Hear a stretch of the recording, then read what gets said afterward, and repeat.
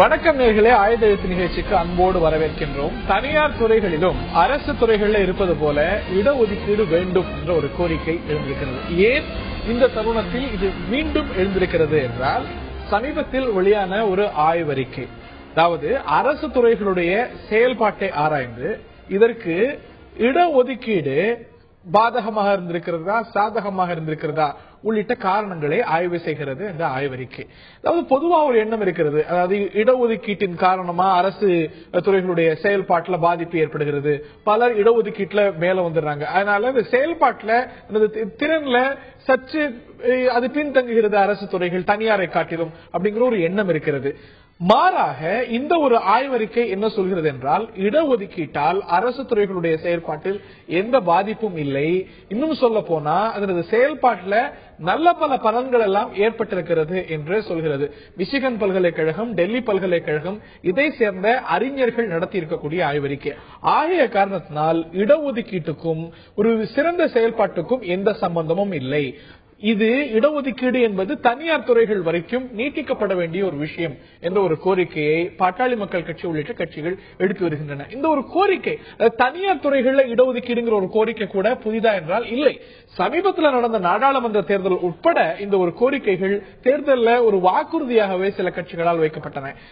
முன்பு ஆட்சியில் இருந்து இப்ப ஆட்சி இழந்திருக்கக்கூடிய யூபிஏ உள்ளிட்ட காங்கிரஸ் உள்ளிட்ட கட்சிகளுடைய தேர்தல் அறிக்கைகள் இருந்திருக்கிறது, திராவிட முன்னேற்ற கழகம் வைத்திருக்கிறது, பாட்டாளி மக்கள் கட்சி உள்ளிட்ட கட்சிகள் இந்த ஒரு கோரிக்கையை முன்வைத்து வருகிறார்கள். தொடர்ந்து ஒரு விவாத பொருளாக இருந்து வரக்கூடிய ஒரு விஷயம் மீண்டும் இப்பொழுது விவாத பொருளாக இருக்கிறது.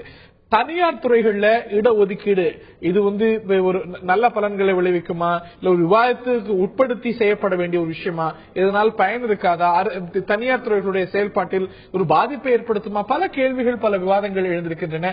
இந்த ஒரு ஆய்வறிக்கை குறித்தும் சில கேள்விகள் எழுந்திருக்கின்றன.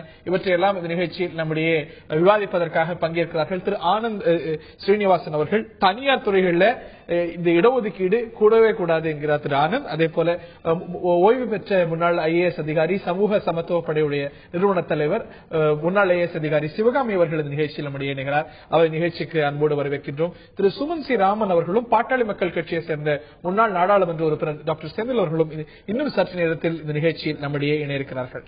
நான் திரு ஆனந்த் அவர்கள்ட்ட இருந்து தான் இந்த நிகழ்ச்சி ஆரம்பிக்கணும்னு நினைக்கிறேன். அதிகமா பொதுத்தளங்கள்ல எவ்வளவு அமைப்புகள் இதை சொல்லியிருக்குன்னு தெரியல, ஆனாலும் கூட பொதுவா ஒரு விவாத களத்தில் இருக்கக்கூடிய ஒரு விஷயம் என்னவென்றால், அரசு துறைகளுடைய செயல்பாட்டில் நிறைய குறைபாடுகள் இருக்கு, அது நம்ம யாரும் இல்லைன்னு சொல்ல முடியாது. இந்த குறைபாடுகள்லாம் இது ரிசர்வேஷன்ல நிறைய பேர் வந்துட்டாங்க, இதனாலதான் அது நடக்குது அப்படிங்கிற ஒரு பொதுவான ஒரு பார்வை பலரால அப்பப்ப முன்வைக்கப்படுறதை நம்ம பார்க்கிறோம். மாறா இந்த ஆய்வறிக்கை, இந்த ரயில்வேஸ் உடைய செயல்பாட்டை ஆராய்ந்து இப்ப வந்திருக்கக்கூடிய ஆய்வறிக்கை, இடஒதுக்கீட்டால் அந்த ஒரு துறையுடைய செயல்பாட்டில் எந்த ஒரு பாதிப்பும் இல்லை அப்படிங்கிறது. மாறா it has led to positive functioning of the department என்கிறது. எனும் பொழுது இது ஒரு ரிசர்வேஷனாலதான் அரசு துறைகளுடைய குறைபாடுகள் அது ஒரு காரணமா இருக்கு அப்படிங்கிறது ஒரு மித் என்று நாம் புரிந்து கொள்ளலாம். இந்த சமயத்தில் இது முற்றிலும் பொய். இந்த அறிக்கையே பொய். ஏன்னா நான் சொல்றேன், இப்ப நீங்க மார்க்கெட்ல பாத்தீங்கன்னா HDFC பங்கின்னு ஒண்ணு இருக்கு, அது கம்ப்ளீட்லி பிரைவேட் பேங்க்.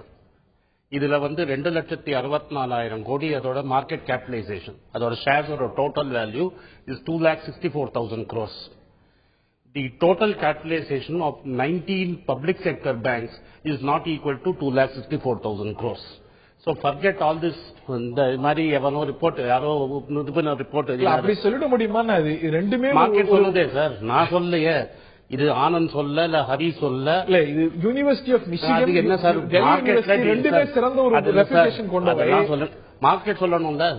இப்ப அது சரியா இருந்ததுன்னா market SBI should be more valuable than HDFC Bank. இல்லங்க, அதாவது அரசு துறைகள்ல செயல்பாட்டு இருக்கு. இப்போ இன்னைக்கு தனியார் சிறப்பா பெர்ஃபார்ம் பண்ணதா அரசு துறைகள் பெர்ஃபார்ம் பண்ணதானா அது வேற விவாதம். அரசு துறைகள்ல குறைபாடு இருக்கு. இல்ல அதாவது இந்த ஒரு ரிசர்வேஷன் அப்படிங்கிற ஒரு விஷயம் சார், நீங்க கேட்டீங்க ஃபர்ஸ்ட் பப்ளிக் செக்டர். என்னுடைய கேள்வி, அதாவது இந்த ஒரு ரிசர்வேஷன் அப்படிங்கிற ஒரு ஃபேக்டர் இந்த ஒரு அரசு துறைகளுடைய செயல்பாட்டுக்கு ஒரு பாதகமான ஒரு விஷயம் இருக்கும்ல. என்னங்க இந்த அறிக்கை? அது அறிக்கை சொல்லட்டும். இப்ப மார்க்கெட்ல என்ன சொல்லுதுன்னு பாருங்க. அரசு துறை சிறப்பா செயல்படுதா, தனியார் தனிவாதம். ரிசர்வேஷன் அதுக்கு காரணம் எது என்ன இன்எஃபிஷியன்சி காரணம் இல்ல. அது என்ன வேணா இருக்கலாம். பட் இப்போதைக்கு ரிசர்வேஷன் இருக்கிற ஒரே இடம் கவர்மெண்ட் பிளேசஸ்ல மட்டும்தான் இருக்கு. அப்போ நீங்க ஒரு எல்என்டியும் பிஹெச்எல்லையும் கம்பேர் பண்ணி பாருங்க. ஏதோ ஒரு ஆக்சிடென்டா நான் பேங்க் சொல்ல, நீங்க ஒரு எல்என்டியும் பிஹெச்எல்லையும் கம்பேர் பண்ணி பாருங்க.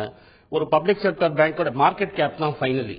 இன்னைக்கு நீங்க ஒரு பப்ளிக் செக்டர் பேங்க்ல போய் இந்த தலித்தே போய் லோன் கேட்டாலும் கொடுக்க மாட்டாங்க. ஒரு உங்க சொத்து இருந்தாதான் லோனே. லெட் அஸ் நாட் ஒரு அவுட்கம் வச்சுதான் நம்ம டிசைட் பண்ணோம். ரிசர்வேஷன் காரணமாக தான் கேள்வி இல்லை சொல்றேன். ஏன்னா வேற ஒன்றும் டிஃபரன்ஸ் இல்லையே. பிரைவேட் இதுல சிஸ்டம் பெட்டரா இருக்கு, அரசு துறைகள்ல ரிசர்வேஷன் என்ன காரணமா இருக்கும்? bureaucracy, red tapeism, எவ்வளவு விஷயம் இருக்கலாம். இல்ல sir, because I am trying to tell you there are also Dalit companies in private sector which are performing better than public sector. Exactly. So reservation அந்த Dalit company reservation எல்லாம் கிடையாது. Owner Dalit Chamber of Commerce ஒரு தனியா ஏக்கமே இருக்கு. $2 billion 7,000 கோடி கொடுத்து Dalit companies formulate பண்றாங்க. I have not contributed. The owner is a Dalit. He does not practice reservation in his own company. When it comes to his own அவரோட கம்பெனின்னு வரும்போது our company வரைச்சு அவர் யார வேணா சேர்த்துக்கிறாரு. அவர் வெவ்வேறு விவாதங்கள் தனியார் துறையில வரணுமானா இந்த கேள்வி. என்னுடைய கேள்வி அரசு துறைகளுடைய இருக்கக்கூடிய குறைபாடுகளுக்கு ரிசர்வேஷன் காரணம் சொல்றேன். ரயில்வேஸ்க்கு காம்படிஷனே கிடையாது. நீங்க காம்படிஷன் இருந்தா தானே சிறந்தது இல்லன்னு சொல்றீங்க. நீங்க ரயில்வேஸ் பேஸ் பண்ணி சொல்றீங்க. ரயில்வேஸ்ல காம்படிஷனே கிடையாது. அந்த வாதத்தை தான் சிவகாமி அவர்கள்ட்ட காம்படிஷன் இருக்கிற இடத்துக்கு வாங்க சார். நீங்க காம்படிஷனே இல்லாம ஒரு மொனாப்பலி இருக்கிறத எடுத்துட்டு இன்னைக்கு போஸ்ட் ஆபீஸுக்கும் குரியர் கம்பெனிக்கும் கம்பேர் பண்ணீங்கன்னா போஸ்ட் ஆபீஸ்ல யாரும் அனுப்புறதே கிடையாது. ரைட்டுங்களா?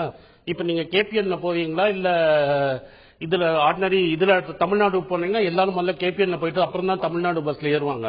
நீங்க காம்படிஷனே இல்லாத ஒரு இடத்துல போய் சர்வே எடுத்துட்டு அதுதான் பெஸ்ட்னு சொல்றது. அந்த வார்த்தை தான் திருமதி சிவகாமி அவர்கள்ட்ட எடுத்துட்டு போக விரும்புறேன். இந்த ஒரு சர்வே சில விஷயங்களை எஸ்டாப்ளிஷ் பண்ணுது. இந்த ரிசர்வேஷன் தான் அரசு துறைகளுடைய செயல்பாட்டு குறைவுக்கு காரணமானா அப்படி சொல்லிடவே முடியாது. அதுக்கு எந்த ஆவண ப்ரூஃபும் கிடையாது. அது ஒரு ஸ்வீப்பிங் அலிகேஷனா தான் இருக்க முடியும். But at the same time இந்த ஒரு அறிக்கை அப்படின்னு பார்க்கும்போது மிச்சிகன் பல்கலைக்கழகம் அதை சேர்ந்த ப்ரொஃபசர் தாமஸ் வைஸ்காஃப், அதே போல டெல்லி ஸ்கூல் ஆஃப் எக்கனாமிக்ஸ், இந்த ரெண்டு நிறுவனங்களும் சேர்ந்து நடந்திருக்கக்கூடிய இந்த ஒரு ஆய்வறிக்கையில பார்க்கும்பொழுது இந்த ஒரு கன்க்ளூஷனுக்கு வர முடியுமா அப்படிங்கிற சில கேள்விகள் எழுப்புது. ஏன்னா வெறும் இடஒதுக்கீடு பெற்றவர்களுடைய செயல்பாட்டை மட்டும் அவங்க ஆய்வு செய்யல. அந்த என்டிட்டி ஆஸ் அ ஹோல் அதை ஆய்வு செய்யறாங்க. அந்த அடிப்படையில் அந்த முடிவு சொல்றாங்க. சோ இவங்க மட்டும் காரணமா இருந்தாங்களா, எல்லாரும் சேர்ந்து காரணமா இருந்தாங்களா, இவங்களும் காரணமா இருந்திருக்கலாம், அவங்களும் காரணமா இருந்திருக்கலாம், அவங்க மட்டும் காரணமா. சோ இதன் அடிப்படையில் ஒரு கன்க்ளூஷனுக்கு வந்துட முடியுமா அப்படிங்கிற கேள்வி இருக்கு. ஓகே, நம்மளுடைய கண்ட்ரி ஒரு வெல்ஃபேர் ஸ்டேட்னு நம்ம டிஃபைன் பண்ணிருக்கோம். எஸ், ப்ராஃபிட் மோட்டிவ் மட்டும் இல்லாம welfare is general welfare is another motive which runs government அப்படின்னு நம்ம அசியூம் பண்ணிட்டோம்னா இப்போ நிறைய கம்பேரிட்டிவ் இதை எடுத்துக்கலாம். அப்கோர்ஸ் இப்போ மாடர்னைஸ்டு டெக்னாலஜி பேஸ்டு இண்டஸ்ட்ரீஸ்ல கொஞ்சம் விட்டுட்டு நம்ம கொஞ்சம் ட்ரெடிஷ்னலான ஏரியாஸ்குள்ள போனோம்னா உதாரணமா இப்போ எஜுகேஷன் எடுத்துக்கோங்களேன். இந்த எஜுகேஷன்ல கவர்மெண்ட்டும் ஸ்கூல்ஸ் ரன் பண்றாங்க, பிரைவேட்டும் ஸ்கூல்ஸ் ரன் பண்றாங்க. இப்போ என்ன பண்றாங்கன்னா எஃபிஷியன்சிங்கிறது ரிசல்ட் ஓரியன்டா பார்க்கப்படுது.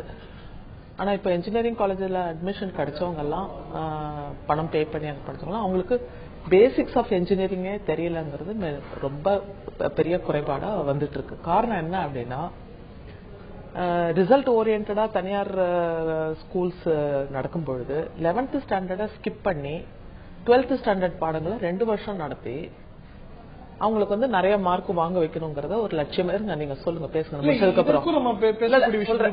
ஏன்னு கேட்டா தனியார் துறையில ஏன் அப்படி பண்றாங்கன்னா ப்ராஃபிட் மோட்டிவ்ல அவரும் சரி நீங்களும் சரி தனியார் வெர்சஸ் அரசுன்னு நம்ம பேசிட்டு இருக்கோம். நிச்சயமா அதை பேசணும். ஆனா என்னுடைய கேள்வி ரிசர்வேஷன்ல இந்த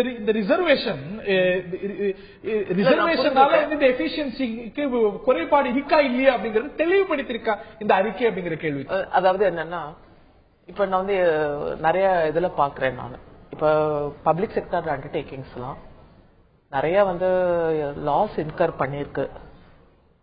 இப்ப நீங்க அதனுடைய கிராஃப் எடுத்து பாத்தீங்கன்னா யாரு முக்காவாசி அந்த போஸ்டிங்ல இருந்திருக்காங்க, டாப் போஸ்டிங்ல இருக்காங்கன்னு பாத்தீங்கன்னா நிச்சயமா ரிசர்வேஷன்ல வந்தவங்க இல்லங்கிறத பாக்கலாம். ஓவரால் அதாவது மெஜாரிட்டி ஆஃப் த பீப்புள். இன்னொன்னு பாருங்க, தமிழ்நாடு கவர்மெண்டே எடுத்துக்கோங்க, அதுல வந்து ஃபைனான்ஸ் அண்ட் ஹோம் இந்த 2 department very key departments. Of course home department வந்து basically law and order and மீதி விஷயங்களை சம்பந்தப்பட்டது. பட் ஃபைனான்ஸ் வந்து it directly responsible for allocation of resources, planning எல்லாம் அதோட பிளானிங் அண்ட் டெவலப்மெண்ட் டிபார்ட்மெண்ட் இது எல்லாமே. இதெல்லாம் பாத்தீங்கன்னா அந்த ரிசர்வேஷன்ல வந்தவங்க வந்து இல்லவே இல்ல அல்லது மிக குறைவா இருந்தது. அந்த துறைகள்ல குறைபாடு இருக்குமானால் அதற்கு காரணம் ரிசர்வேஷன்ல வராதவங்க அப்படின்னு ஒரு முடிவுக்கு வந்துட முடியுமா அப்படின்னு ஒரு கேள்வியை கேட்கறீங்க. நிச்சயமா நியாயமான கேள்வி. கேட்போம், விவாதிப்போம், ஒரு சிறிய இடைவெளி.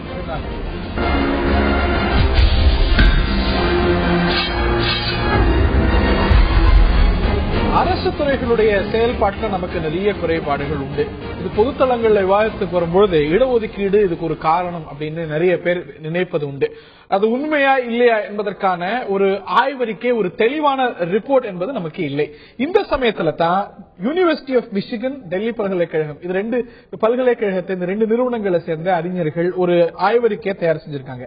ரயில்வேவுடைய செயல்பாட்டை அறிந்து இதற்கு காரணம் இங்க இந்த துறையுடைய செயல்பாட்டை எல்லாம் அறிஞ்சு இங்க கொடுக்கப்பட்டிருக்கக்கூடிய இடஒதுக்கீடு இந்த செயல்பாட்டுக்கு எந்த அளவுக்கு பாதகத்தையும் சாதகத்தையும் ஏற்படுத்துவது உள்ளிட்ட அம்சங்களை ஆராய்ந்து இந்த துறையுடைய செயல்பாட்டுடைய குறைபாடுகளுக்கு இடஒதுக்கீடு காரணம் அல்ல, இன்னும் சொல்ல போனா ஒரு பாசிட்டிவ் இம்பாக்ட் தான் இடஒதுக்கீடானது இந்த துறையுடைய செயல்பாட்டில் ஏற்படுத்தியிருக்கு அப்படிங்கிற ஒரு அறிக்கையை கொடுத்திருக்காங்க. இது பல கேள்விகளுக்கும் பல கோரிக்கைகளுக்கும் வித்திட்டு இருக்கிறது. இப்பொழுது ஒரு கோரிக்கை என்னன்னா, ஆய காரணத்தினால எபிஷியன்சிக்கும் ரிசர்வேஷனுக்கும் எந்த பெரிய சம்பந்தமும் இல்லை, எந்த வகையிலும் பாதிக்கல, ஆய காரணத்தினால தனியார் துறையிலையும் இடஒதுக்கீடு வழங்க வேண்டும் அப்படிங்கிற ஒரு கோரிக்கை மீண்டும் எழுந்திருக்கிறது. நேர்களுக்கே தெரிந்தது போல இது புதிய கோரிக்கை அல்ல, மீண்டும் எழுந்திருக்கிறது. திரு சுமன் சி ராமன் அவர்களும் பாட்டாளி மக்கள் கட்சியை சேர்ந்த திரு பாலு அவர்களும் இந்த நிகழ்ச்சியில் நம்முடைய இணைகிறார்கள். நான் திரு சுமந்த் அவர்கள்ட்ட முதற்கட்ட பார்வையை நான் கேட்க விரும்புகிறேன். So it is a myth, அதாவது ஒரு அரசு துறையோட செயல்பாட்டு குறைபாடுகளுக்கு ரிசர்வேஷன் காரணம் அப்படிங்கிற ஒரு எண்ணம் மித் அப்படின்னு இந்த அறிக்கை மூலமா நம்ம புரிஞ்சுக்கலாம். இல்ல, இது வந்து இந்த ரிப்போர்ட் கிட்ட நம்ம உள்ள ரொம்ப போக வேண்டாம். ஏன்னா உண்மையிலேயே ரிசர்வேஷன் காரணமா இல்லையாங்கிறது வந்து நமக்கு தெரியாது. ஆனால் இந்த ரிப்போர்ட்டை பொறுத்த வரைக்கும் இது வந்து இது அபத்தம் அப்படிங்கிற வார்த்தையை நம்ம பயன்படுத்த விரும்பல. ஏன்னா ப்ரொடக்டிவிட்டி மெஷர்னு ஒண்ணு இருக்கு. ஒரு ப்ரொடக்டிவிட்டி நம்ம எப்படி மெஷர் பண்றோம், ஒரு அரசு துறையில வந்து ஒரு ப்ரொடக்டிவிட்டி மெஷர் பண்றோம்னா அந்த ப்ரொடக்டிவிட்டிக்கு காரணம் வந்து ஊழியர்கள் மட்டுமல்ல. ஊழியர்கள் ஒரு காரணம், பாலிசி ஒரு காரணம், மார்க்கெட் ஒரு காரணம். இதை எல்லாத்தையும் மனதில் வைத்துக் கொண்டுதான் நீங்க ப்ரொடக்டிவிட்டியை வந்து நீங்க ஊழியர்களால் ப்ரொடக்டிவிட்டி எப்படி பாதிக்கப்பட்டிருக்கு இதுல இருந்து எடுத்திருக்கிற இதெல்லாம் பாத்தீங்கன்னா passenger kilometres, freight tonne kilometres, இதெல்லாம் வந்து அவுட்புட் கிரைட்டீரியாவா எடுத்திருக்காங்க, அடிப்படையா வச்சு இதை வச்சு மெஷர் பண்ணிருக்காங்க. சோ ஒரு பேசஞ்சர் கிலோமீட்டர்லயோ ஒரு ஃப்ரைட் டன் கிலோமீட்டரோ ஒரு ஆண்டில் அந்த டிபார்ட்மெண்ட் செய்யறதுக்கு பல்வேறு காரணங்கள் இருக்கு. ஊழியர்கள் ஒரு முக்கிய காரணம், ஆனால் ஊழியர்கள் மட்டும் காரணம் அல்ல. சோ இந்த ரிப்போர்ட்ல வச்சு அடிப்படையாக வைத்து இவர்கள் எப்படி வந்து இந்த கன்க்ளூஷனுக்கு வந்தாங்கிறது இது நிஜமாவே வந்து ஒரு வினோதமான ஒரு ரிப்போர்ட். இது உள்ள இன்னும் டீடைலா போகணும். வேற ஏதாவது மேபி இந்த பப்ளிகேஷன் இல்லாத விஷயங்கள் பார்த்திருக்காங்களான்னு தெரியல. என்ன பொறுத்த வரைக்கும் ரெண்டாவது விஷயம் ஒண்ணுன்னா, உங்களுக்கு அடித்தள ஒரு பேஸ் ரொம்ப லோவா இருக்கும் போது ப்ரொடக்டிவிட்டி அதனுடைய பிளக்சுவேஷன்ஸ் எப்பவுமே வேரியேஷன்ஸ் வந்து அது ஸ்டாட்டிஸ்டிக்கலி சிக்னிபிகண்டா இல்லையாங்கிறதும் இவங்க மென்ஷன் பண்ணாங்களான்னு தெரியல. நம்ம தனியார் துறை இடஒதுக்கீடு பற்றி பேசணும். அதற்கு முன்பாக இந்த ஒரு ரிப்போர்ட் பத்தியும் நான் திரு பாலு அவர்கள்ட்ட முதற்கட்ட பார்வையை நான் கேட்க விரும்புறேன். இதை தாண்டி திரு ஆனந்த் மேட் பாயிண்ட் என்னன்னா, இன்னைக்கு வந்து ரயில்வேஸை பொறுத்த வரைக்கும் அரசு துறை தான் இன்னைக்கு மொனாபலி. நீங்க ஒரு ரிலேட்டிவ் டைமே கிடையாது, மத்தவங்க எப்படி பெர்ஃபார்ம் பண்றாங்க, அரசு எப்படி பெர்ஃபார்ம் பண்ணுது அப்படிங்கிறதுக்கு ரிலேட்டிவ் கம்பாரிசன் கிடையாது. இதை தாண்டி இன்னைக்கு ரயில்வேஸ் உடைய செயல்பாடு சிறப்பா இருக்குன்னா யாரும் ஒத்துக்க மாட்டாங்க. இன்னைக்கு நீங்க நிச்சயமா இன்னைக்கு ஒத்துக்க மாட்டீங்கன்னு நினைக்கிறேன். இன்னைக்கு 27,000 கோடி ரூபாய் கடன், இன்னைக்கு வந்து ஆபரேஷன் ரேஷியோ அவ்வளவு ஹெல்தியா இல்ல. அப்படி இருக்கும் பொழுது சிறப்பாக செயல்படுது, இப்ப ப்ரொடக்டிவிட்டி நல்லா இருக்கு அப்படிங்கிற ஒரு முடிவுக்கு வந்து இப்ப இதை அனலைஸ் பண்ணும்பொழுது இந்த ரிப்போர்ட் சார்ந்த கேள்வியும் பல எழுது இல்லையா? அதாவது முதல் முறையாக இடஒதுக்கீடுக்காக எவ்வளவோ விவாதங்கள், எவ்வளவோ போராட்டங்கள், எத்தனையோ இடங்களில் நாங்கள் விவாதித்திருக்கிறோம். ஆனா அப்பெல்லாம் பாத்தீங்கன்னா ரொம்ப எமோஷனலா தான் நாங்க பேசுவோம். எங்களுக்கான வாய்ப்பை கொடுங்கள் கொடுங்கள் கொடுங்கள் என்று கேட்டுக்கொண்டிருப்போம். இவர்கள் ரொம்ப கூலா சொல்லுவாங்க, உங்களுக்கெல்லாம் இதுக்கு அனுபவம் வேணுங்க, உங்களுக்கெல்லாம் கொஞ்சம் நாலேஜ் வேணுங்க என்று சொல்வார்கள். ஆனால் முதல் முறையாக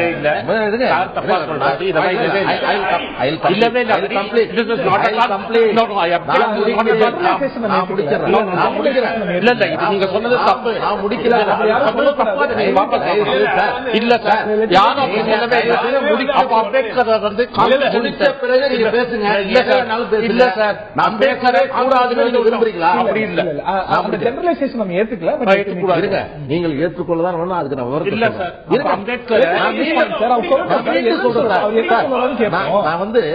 ஓவரால் நான் சொல்ல வரேன். இப்பவும் மீண்டும் எமோஷனலா ஏன் இதை பேசணுங்கிற, சயின்டிபிக்கா பேசுமே, அறிவுபூர்வமா பேசுமே, ஏன் ரொம்ப கோவப்படுறீங்க? இப்ப சார் சொன்னாரு நீங்க அறிவாளிகள் நாங்க ஒருபோதும் சொல்லலன்னு சொன்னாரு.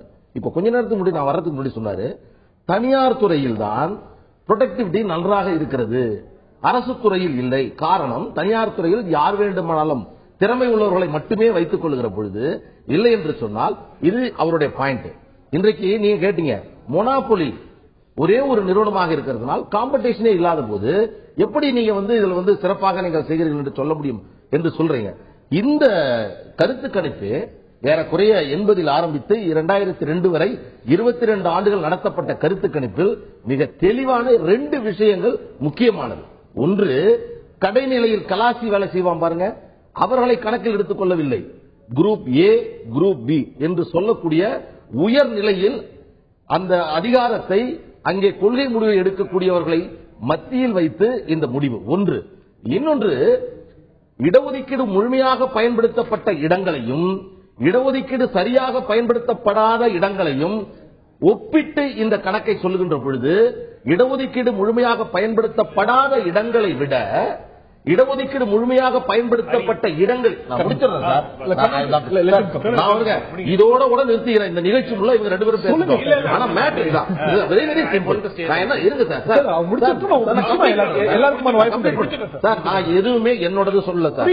இதுவரையில இந்த ரிப்போர்ட் இருங்க சார். இன்னைக்கு நேற்று ஹிந்துல வந்ததா இருக்கட்டும், இன்றைக்கு பாட்டாளி மக்கள் கட்சியினுடைய நிறுவனர் மருத்துவர் ஐயா அவர்கள் சொன்னதா இருக்கட்டும், நான் எதையுமே புதுசா சொல்லல. ஒன்று சொல்றோம், இடஒதுக்கீடு முழுமையாக பயன்படுத்தப்பட்ட இடத்தில் தங்களுடைய வழங்கப்பட்ட இடஒதுக்கீடால் கிடைக்கப்பட்டவர்கள் இவர்கள் என்று சொல்லிவிடுவார்களோ என்று தங்களுடைய முழு திறமையையும் பயன்படுத்தி அந்த உற்பத்தியை பெருக்குவதில் இவர்கள் மிக கவனமாக இருக்கிறார்கள் என்று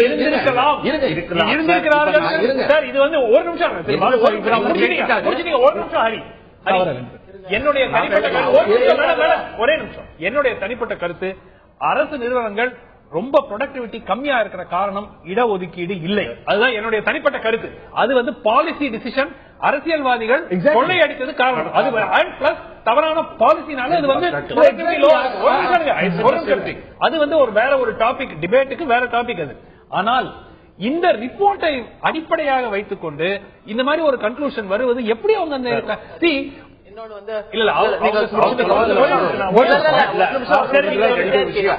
இப்ப சார் சொன்னாரு ஒரு கம்பெனியோடைய இதை முடிவு பண்றது அதனுடைய அவுட்புட் ப்ரொடக்டிவிட்டி அப்படின்னாரு. பட் அதுல முக்கிய அங்கம் வைக்கிறது சோசியல் பெனிஃபிட்ஸ் ஆல்சோ.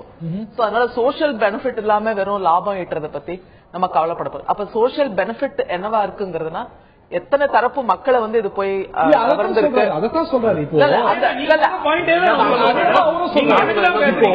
ஒரு நிறுவனத்துடைய செயல்பாட்டுக்கு ரிசர்வேஷன் பாதகமா இருந்தா நிச்சயமா இல்ல. ஆனா இதன் அடிப்படையில இதனால்தான் இது அப்படின்னு ஒரு கன்க்ளூஷன் அரசு துறையில நான் என்ன சொல்றேன்னா, இடஒதுக்கீடு இல்லா முறையா பின்பற்றப்படாதனாலதான் ஒருவேளை அரசு துறை சரியா இயங்கலையோங்கிற சந்தேகத்தையும் ஏற்படுத்துறோம். ஏன்னா பின்னடைவு சாதி இடங்களை பாத்தீங்கன்னா ஏ குரூப் இருங்க, ஏ குரூப் பி குரூப் எல்லாம் இன்னும் ஃபில் பண்ணாமலே வச்சிருக்காங்க. நிகழ்ச்சியோட தொடக்கத்துல என்ன சொன்னீங்க, தனியார் பெர்ஃபார்ம் பண்ணது அரசு பெர்ஃபார்ம் பண்ணல. நீ திருப்பி ரீவைண்ட் பண்ணி கூட காட்டுறேன். இங்க பாத்தீங்கன்னா இங்க ரிசர்வேஷன் இல்ல, அங்க ரிசர்வேஷன் இருக்கு நீங்க சொன்னீங்க. இல்ல, பட் வேற என்ன காரணம், வேற என்ன காரணம் நீங்க கேள்வி நான் கேட்கிறேன். she made a point, she asked the point. இப்ப எவ்வளவோ துறைகள்ல எவ்வளவோ இடங்கள்ல பாத்தீங்கன்னா இடஒதுக்கீடு பெறாதவங்க ஹெல்ம் ஆஃப் அஃபேர்ஸ்ல இருக்காங்க. அதுல பல குறைபாடுகள் இருக்கு. அவங்களால நான் இன்னொரு பாயிண்ட் சொன்னேன், தலித்தால ஆரம்பிக்கப்பட்ட கம்பெனி நீங்க லிஸ்டட் ஆகி ஓஹோன்னு இருக்கிறதையும் சொன்னேன், அதை நீங்க ரிவைண்ட் பண்ணி பாருங்க. சுமன் சொன்ன மாதிரி ரிசர்வேஷனும் சில பேர் செஞ்சாங்க, சில பேர் செய்யலங்கிறதுலாம் தப்பு. இன்னொரு இவர் சொன்ன பாயிண்ட் நான் என்ன அப்செக்ட் பண்றேன்னா, எங்களுக்கு வாய்ப்பே கொடுக்கலன்னு சொல்ல. கான்ஸ்டிடியூஷன் எழுதினதே அம்பேத்கர் தான். அவர் என்னன்னு நம்ம பேச வேண்டாம், அம்பேத்கர் தான். கக்கன் இவன் எப்போ மினிஸ்டரா இருந்தார் கக்கன். பாபு ஜக்ஜீவன் ராம் பெரிய டெப்டி பிரைம் மினிஸ்டரா கூட இருந்திருக்கிறாரு. மீரா குமார் ஸ்பீக்கரா இருந்திருக்காங்க. So and K Balakrishnan Chief Justice of Supreme Court of இந்தியாவும் இருந்திருக்காங்க. எங்களுக்கு வாய்ப்பே கொடுக்கல அப்படின்னு சொல்றதெல்லாம் 1947 சொல்லிருக்கலாமே தவிர இப்ப சொல்றது தப்பு இல்ல. அவர் சொல்றது ஃபுல்லா ஏற்றுக்கொள்ள முடியாது. ஏன்னா தாழ்த்தப்பட்ட மக்கள் அடிப்படையாக அவர்கள், அதாவது பாப்புலேஷன் இருக்கிற பர்சன்டேஜுக்கு ஏற்றாற் போல் வாய்ப்புகள் கொடுக்கப்படவில்லைங்கிறது 100% உண்மை.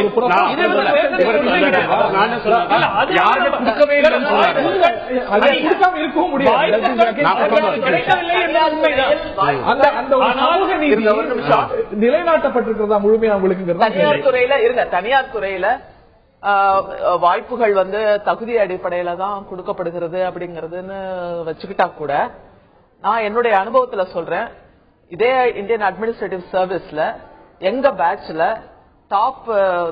டாப்பர் அவர் என்ன பண்றாரு, அகாடமி எக்ஸாமினேஷன்ஸ்லயும் டாப்பர். அப்புறம் ஃபீல்டுக்கு போனா முதல்ல அவர் மேன் ஹேண்டில் பண்ணப்படுறாரு. ஒண்ணு. இன்னொருத்தர் ரிசர்வேஷன்ல வந்தவர், அவர் என்ன பண்றாருன்னா மக்களுடைய தண்ணீர் குறைய தீர்க்கணும்னு பாடுபட்டு அந்த மக்கள் அங்க அவரை விட்டு அங்க போக கூடாது, அந்த டிஸ்ட்ரிக்ட விட்டே மாற்றப்படக்கூடாதுன்னு தடுக்கிறாங்க. இப்போ எபிஷியன்சிய நீங்க மார்க் அடியில அல்லது நீங்க ஃபர்ஸ்ட் ரேங்க் வந்தது அடிப்படையில நீங்க தீர்மானிக்க போறீங்களா, அல்லது யார் மக்களுக்கு நெருக்கமா இருக்காங்க அவங்களுடைய நலனை கவனிக்கிறாங்கிறத தீர்மானிக்க போறீங்களா அப்படின்னு பாத்தீங்கன்னா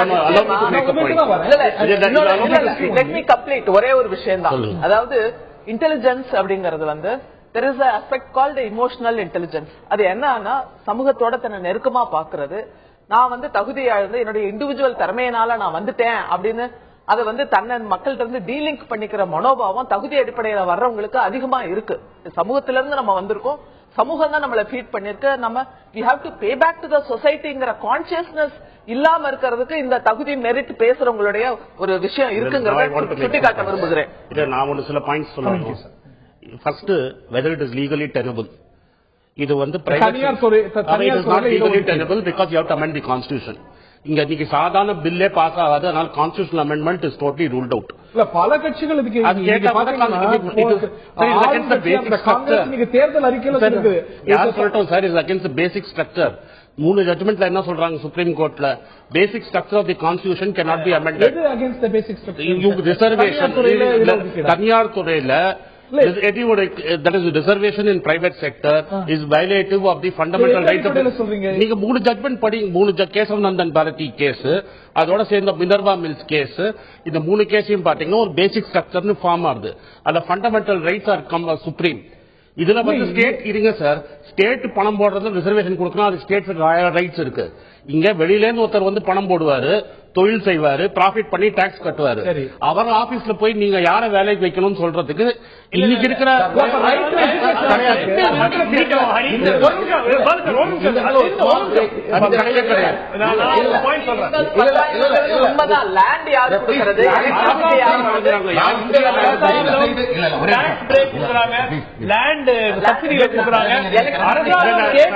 உரிமை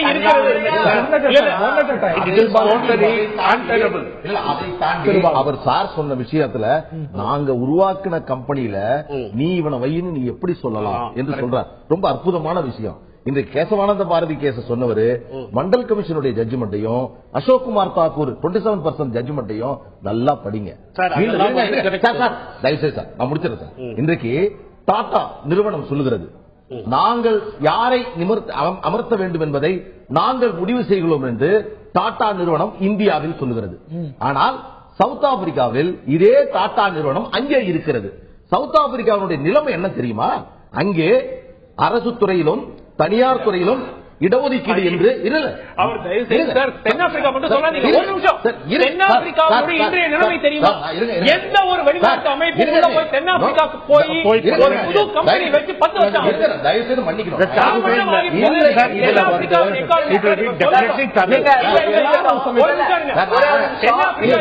தென்னாப்பிரிக்காவில் போறாங்களா போகலையாங்கிறது இல்ல. உங்களுக்கு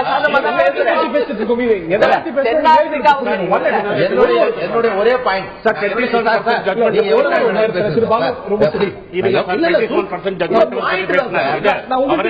இருங்க சார், ஒரு நிமிஷம். நாங்க இன்னைக்கு பொறுத்த வரைக்கும் பல முறை நான் எமோஷன் ஆயிருக்கேன் இடஒதுக்கீடுக்காக. இந்த முறை எனக்கு இல்ல. ஏன்னா இவர்கள் கூப்பாடு போட்டுக் கொண்டிருக்கிறார்கள். இவர்களுக்கு இல்ல, இவங்களால முடியாது. நான் என்ன சொல்ல வரேன் சார், எங்களுக்கு சாதகமான ஒரு அறிக்கை வந்திருக்கிற பொழுது எங்களுக்கு எந்த விதமான குழப்பமும் இல்லை. நாங்க என்ன சொல்ல வரோம்னா, தனியார் துறையில் இடஒதுக்கீடு என்பது இங்க மட்டும் இல்ல, இங்கிலாந்துல சொல்றாங்க, அயர்லாந்து இல்ல சார்.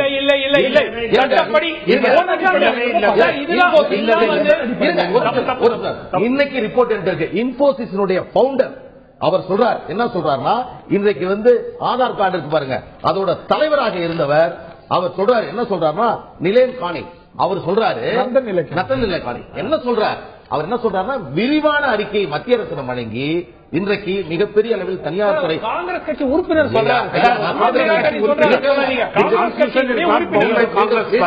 இன்போசிஸ் என்ற மிகப்பெரிய ஒரு தனியார் துறை நிறுவனத்தை உருவாக்கிய செய்தியை ஏற்றுக்கொள்ள மாட்டோம் என்று சொன்னார். இன்போசிஸோட மென்டர் நாராயணமூர்த்தி சொல்லியிருக்காரு. நான் சொல்றேன்னா, அவர் இன்போசிஸ் சிஇஓ இருக்கிறத ஏன் அதை ரிசர்வேஷன் கொண்டு வரல? என்னன்னா, கான்ஸ்டிடியூஷனலி இட் இஸ் அன்டெனபிள். இவர் 2 ஜட்மெண்ட் சொல்றாரு. those judgments were state funded it. Today's situation is very clear. The land is bought by the corporate. He is setting up the company. அதுல tax பிரேக்குங்கிறது என்னன்னா, லாபம் பண்ணாதான் tax break. நான் லாபம் பண்ணாம நஷ்டம் பண்ணா டாக்ஸ் பிரேக் எல்லாம் கிடையாது. நீங்க ஆல்ரெடி அசியூம் பண்ணிக்கிறீங்க நான் ப்ராஃபிட் பண்றேன்னு. ப்ராஃபிட் பண்ணாம ஓடுற கம்பெனியும் இருக்கு. நான் லாபம் சம்பாதிச்சு டாக்ஸ் பிரேக் வரும் நீங்களா அசியூம் பண்ணிக்கிட்டீங்க. முன்னாடியே your accounting money which I have not even earned. இதெல்லாம் போய் கடைசியில நான் சம்பாதிச்சு நான் வரி பணத்தெல்லாம் கட்டியாச்சு சார். இருங்க சார், நிறுவனங்கள் தான் இதற்காக இந்திய அரசாங்கம் எவ்வளவு ரெவென்யூ ஃபர்கோ பண்ணுது சார். வண்டி revenue when there is no profit, where is the revenue? இப்ப நீங்க டாடா மோட்டார்ஸ் டொமைன்ல வரக்கூடாதுன்னு சொல்ற ஒரு நிலை சரியா? அப்படி இல்லாட்டா என்ன ஆகும்? இப்ப நோக்கியா வெளில போயிடுச்சு, நீங்க ஃபாக்ஸ்காம வெளில அனுப்பிச்சிட்டீங்க. தமிழ்நாட்டில் கொண்டு வர முடியாது. சுப்ரீம் கோர்ட்ல சேலஞ்ச்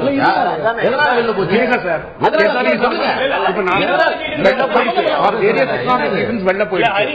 இது ரொம்ப வெளியே போனதுக்கு இந்த தருணத்தில் ஒரு சிறிய இடைவெளி எடுக்கணும். திரு பாபு, நந்தன் இலக்கியனை பத்தி சொன்னீங்க. இன்போசிஸோட மென்டர் நாராயணமூர்த்தி இல்ல இந்த காஸ்ட் பேஸ் ரிசர்வேஷனே இருக்கக்கூடாது, எக்கனாமிக் செக்டார்ல இருக்கணும்னு சொல்லியிருக்காங்க. அதை தாண்டி மேலும் சில கேள்விகள் எழுகின்றன. முன்பு அரசு துறைகள்ல இடஒதுக்கீடு அப்படிங்கிறது இனி வரைக்கும் நம்ம செயல்படுத்தி வந்துட்டு இருக்கோம். ஆனா அதை தாண்டி இன்னைக்கு அரசு துறைகள் விரிவடைவதை விட தனியார் நிறுவனங்கள், தனியார் துறைகளுடைய வளர்ச்சி தான் அதிகமாக இருக்கிறது.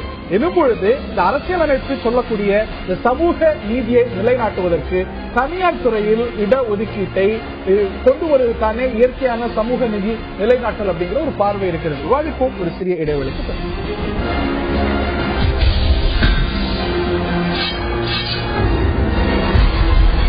தனியார் துறையில் இடஒதுக்கீடு வேண்டும் என்ற ஒரு கோரிக்கை மீண்டும் எழுந்திருக்கிறது. ஒரு அறிக்கை வந்திருக்கிறது. ரிசர்வேஷனுக்கும் அரசு துறைகளுடைய குறைபாடுகளுக்கும் எந்த ஒரு நேரடி தொடர்பும் இல்லை அப்படிங்கிற ஒரு அறிக்கை வந்திருக்கிறது. இதன் அடிப்படையில் இதற்கும் சம்பந்தம் இல்லை, ஆகையினால தனியார் துறைக்கும் ரிசர்வேஷனை எக்ஸ்டெண்ட் பண்ணணுங்கிற ஒரு கோரிக்கை எழுந்திருக்கிறது. நான் திரு சுமந்த் அவர்கள்ட்ட கேட்க விரும்புகிறேன். இன்னைக்கு அரசு துறைகளுடைய வலுவானது குறைந்து கொண்டே வருது. இன்னைக்கு எத்தனை ஒரு பொதுத்துறை நிறுவனங்கள் சமீப காலங்களில் தொடக்கப்பட்டிருக்கிறது அப்படின்னு பார்த்தா ஆல்மோஸ்ட் நில். ஆனா மாறா பார்க்கும்போது நிறைய தனியார் நிறுவனங்கள் தொடக்கப்பட்டு வருகின்றன. இன்னைக்கு ரிசர்வேஷனுடைய ஒரு நோக்கம் அப்படிங்கிறது செயல்படுத்த முடியாத ஒரு சூழ்நிலையில இருக்கும். இப்ப ஒரு பொதுத்துறை நிறுவனங்களே வளராத ஒரு சூழ்நிலை இருக்கிறது. தனியார் நிறுவனங்கள் அதிகமா வந்துட்டு இருக்கு. சோ நமது அரசியலமைப்பு சொல்லக்கூடிய ஒரு சமூக நீதியை நிலைநாட்டணும் அப்படின்னா தனியார் துறைகளுக்கு நீட்டிக்காம எப்படி முடியுங்கிற ஒரு கேள்வி. இல்ல நிச்சயமா. அதாவது முதல் பாயிண்ட் அரசு துறை நிறுவனங்கள்ல பர்ஃபார்மன்ஸ் மோசமாக இருக்கிறது இடஒதுக்கீடுனாலயா இல்ல? நிச்சயமா இல்ல. பல காரணங்கள் இருக்கு. தவறான பிளானிங், தவறான பாலிசி, கரப்ஷன். இதனால இடஒதுக்கீடு நாள் அப்படிங்கிறது நிச்சயமா இந்த ஸ்டடியை நிரூபிக்கல. அதனால அதை விட்டுடுவோம். தனியார் துறையில என்ன பிரச்சனை அப்படின்னாக்க உங்களுக்கு ரெண்டு விஷயங்கள் இருக்கு. இடஒதுக்கீடு அப்படிங்கிற ஒரு அஃபர்மேட்டிவ் ஆக்ஷன் அப்படிங்கிறது ஒண்ணு இருக்கு, ரிசர்வேஷன் அப்படிங்கிறது. இது ரெண்டுத்துக்கும் வித்தியாசம் நீங்க பார்க்கணும். அஃபர்மேட்டிவ் ஆக்ஷன் என்பது நான் ஒரு வசதி குறைந்த ஒரு அமைப்போ ஒரு மக்களுக்கோ நான் கூடுதலாக வாய்ப்புகள் ஏற்படுத்தி கொடுப்பேன் அப்படிங்கிறது அஃபர்மேட்டிவ் ஆக்ஷன். இப்ப அமெரிக்கால எடுத்தீங்கன்னா அஃபர்மேட்டிவ் ஆக்ஷன் உலகம் ஃபுல்லா கிட்டத்தட்ட நிறைய நாடுகள் அஃபர்மேட்டிவ் ஆக்ஷன் இருக்கு. ஆனால் ஜாதி அடிப்படையில் இடங்களை ஒதுக்கீடு செய்வேங்கிறது வேற. இப்ப நீங்க நாளைக்கு இந்தியாவில் தனியார் துறையில ஏழை மக்களுக்கு 5% ரிசர்வேஷன் வச்சோம் அப்படின்னு சொன்னா கூட எந்த ஒரு தனியார் துறை நிறுவனமும் ஒரு பெரிய அளவுல ஒன்னும் கம்ப்ளைண்ட் பண்ண மாட்டாங்க. இதுல எங்க பிரச்சனை வருதுன்னா ஜாதி. அது யாரு கொண்டு வருதுன்னா கட்சிகள், அரசியல் தலைவர்கள், கட்சிகள். அரசியல் அமைப்பு சட்டம் ஒரு நிமிஷம். நீங்க ஜாதி அமைப்புக்குள்ளேயே அந்த அமைப்பில் யார் ஏழைகளாக இருக்கிறார்களோ அவர்களுக்கு மட்டும் இடஒதுக்கீடு வந்தா கூட பிரச்சனை வராது. உங்களுக்கு என்ன பிரச்சனை வருது? அதே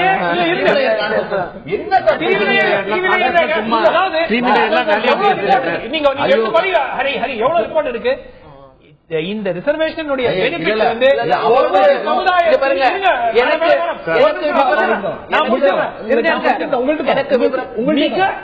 அதாவது ஒரு கிரீமி லேயரை அந்த சமுதாயத்தில் உருவாக்க வேண்டியது அவர்களுக்கும் அவர்களுடைய தலைமுறைக்கு மட்டும் அந்த பெனிஃபிட். ஏன்னா அந்த அரசியல் கட்சிகள் அப்படி சார் உண்மையா ஜாதி அடிப்படையில் அரசியல் நடத்தும் கட்சிகளுக்கு அந்த சமுதாய மக்கள் பிற்படுத்தி இருந்தால்தான் உங்களுக்கு பொறுப்பு நடத்த முடியும்.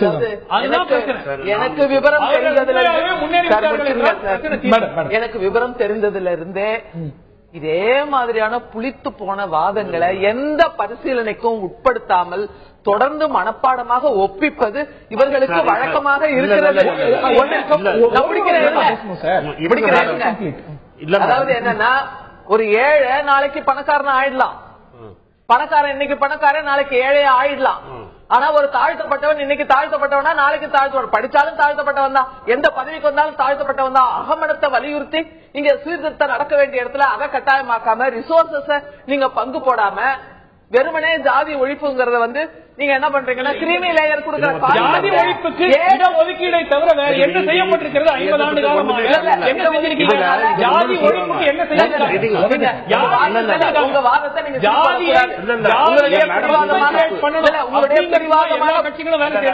உங்களுடைய பிடிவாதமான போக்கு தான் இந்த நாட்டை பிற்போக்குத்தனமா இழுத்துட்டு போகல.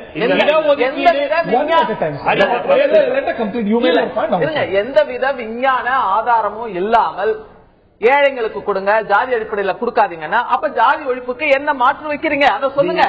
இடஒதுக்கீட்டுக்கான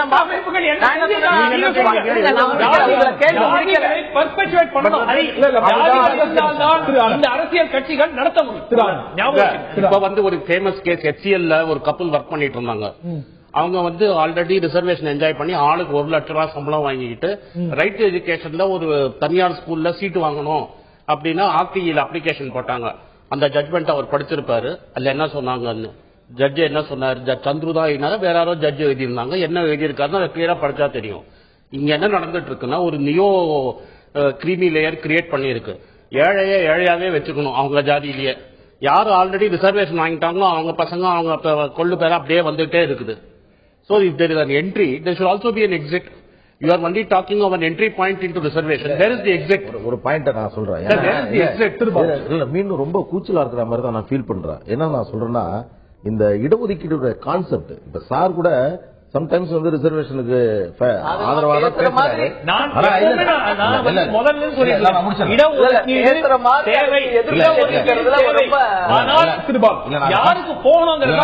கம்ப்ளீட் பண்ணல. ஏன்னா குழப்பு நடத்துறதுக்காகவே சாதின்னு சொல்லிட்டு இருக்காங்க என்று சொல்லுகிறார்கள். திறமை இருப்பவர்கள் யாராக இருந்தாலும் ஏற்றுக்கொள்கிறோம் என்று சொல்லுகிறார்கள். அப்படி சொல்லுகின்ற பொழுது இடஒதுக்கீடை யார் எதிர்க்கிறார்கள்? ஒரே கேள்வி. இடஒதுக்கீடை எதற்காக எதிர்க்கிறார்கள்? இரண்டாவது கேள்வி அடிப்படைகளுக்கு இல்ல இந்த விஷயத்தை பேசிக்கானது நான் என்ன சொன்னேன்? நாங்க பணத்தை போட்டுட்டு சார் நீங்க பலமுறை சொல்லிட்டீங்க சார். நீங்க தான் பணத்தை எப்ப போட்டீங்களா? நீங்க இருங்க ஒரு நிமிஷம் நான் சொல்றேன். என்ன சொல்றேன், இன்றைக்கு ஒரு தனியார் துறை நிறுவனமே இருக்குது, 4 துறைகள் இருக்கு. அந்த 4 துறைகளும் ஆண்டு இறுதியில் அறிக்கை பாக்குறாங்க. ஒரு துறை வீக்கா இருக்கு என்று எடுத்துக்கொண்டால் அந்த நிர்வாகம் செய்யக்கூடிய தலைவர் ஏன் இந்த பகுதியில் பின்தங்கி இருக்கிறது, இதனுடைய காரணம் என்ன, இதை கொஞ்சம் வளர்க்க வேண்டிய பொறுப்பு நம்முடையது என்று நினைக்கக்கூடிய ஒரு நிறுவனம். இன்றைக்கு அரசு என்ன செய்கிறது என்று சொன்னால், இன்றைக்கு இடஒதுக்கீடு என்பது தனியாக ஒரு விஷயம் அல்ல, ஹியூமன் ரிசோர்சஸ் சம்பந்தப்பட்டது. மனித இருங்க சார் சார்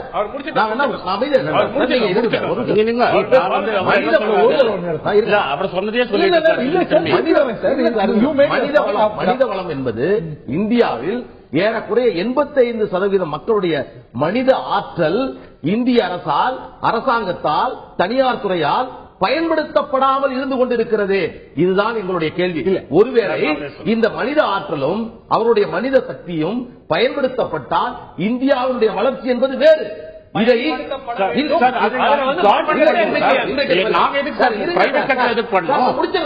இன்றைக்கு இடஒதுக்கீடு 1950 தாழ்த்தப்பட்டவர்களுக்கு இடஒதுக்கீடு, 1993 இதர பிற்படுத்தப்பட்ட பிரிவினருக்கு இடஒதுக்கீடு.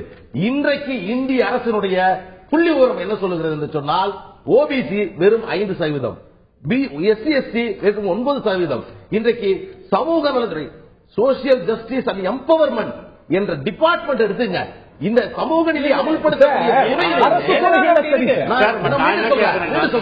இன்றைக்கு இந்த இடஒதுக்கீடை மிக தெளிவாக எல்லோருக்கும் வாய்ப்பு வழங்கக்கூடியவை. நீங்க சொல்றீங்களே அந்த கிரிமிலேயர் எதை வேணாலும் வச்சீங்க சார், ஒருவர் கூட இடம் கிடைக்காததனுடைய காரணமாக இருந்துவிடக் கூடாது. எல்லோருக்கும் வாய்ப்பு கிடைக்க வேண்டும் என்று நினைத்தால் சாதி என்பது ஒழிந்துவிடும். இது கவர்மெண்ட் பண்ண வேண்டிய வேலை. அதுக்குதான் வரி பணத்தை கலெக்ட் பண்ணி வரி பணத்துக்கு மேல செலவு பண்ணி பல லட்சம் கோடியை கடனா வாங்கி 2 ஸ்டேட்டும் சென்ட்ரலும் செலவு பண்ணிட்டு இருக்காங்க. இப்ப அவங்க அரசியல்வாதியால அதை பண்ண முடியாதுன்னு நாங்க எஃபிஷியன்டா ரன் பண்றதுல நீ பண்ணு எங்க தலையில திணிக்க முடியாது. இதுக்குதான் வரி பணத்தை கலெக்ட் பண்ணாம ஸ்டேட் இறங்கி போட்டுமே. எதுக்கு ஸ்டேட் வரியை கலெக்ட் பண்றீங்க? State direct taxes, indirect taxes, sales tax எல்லாம் கலெக்ட் பண்ணிட்டு இப்ப நீங்க வரி விஷயத்தை எடுத்துக்கிறீங்க. பல விஷயங்கள்ல வரி விலக்கு போன்ற சலுகைகள்ல வரி விலக்கு எங்க சார் அதிகமா ரெவென்யூ ஃபார்கான் எந்த என்ன sir already you are taxing. You are already taxing at 32%, plus there is also an indirect taxes. People are already paying 50% of their total turnover as taxes. எந்த ஊர்ல சார் பிரைவேட் மார்க்கெட்ல 50% of production taxes தருவாங்க. 50% of production ஒரு sales பிரைஸ்ல nearly about 50% is going towards central government and state government. இது அபிஷியலா அக்கவுண்ட்ல போறது. அதுக்கப்புறமா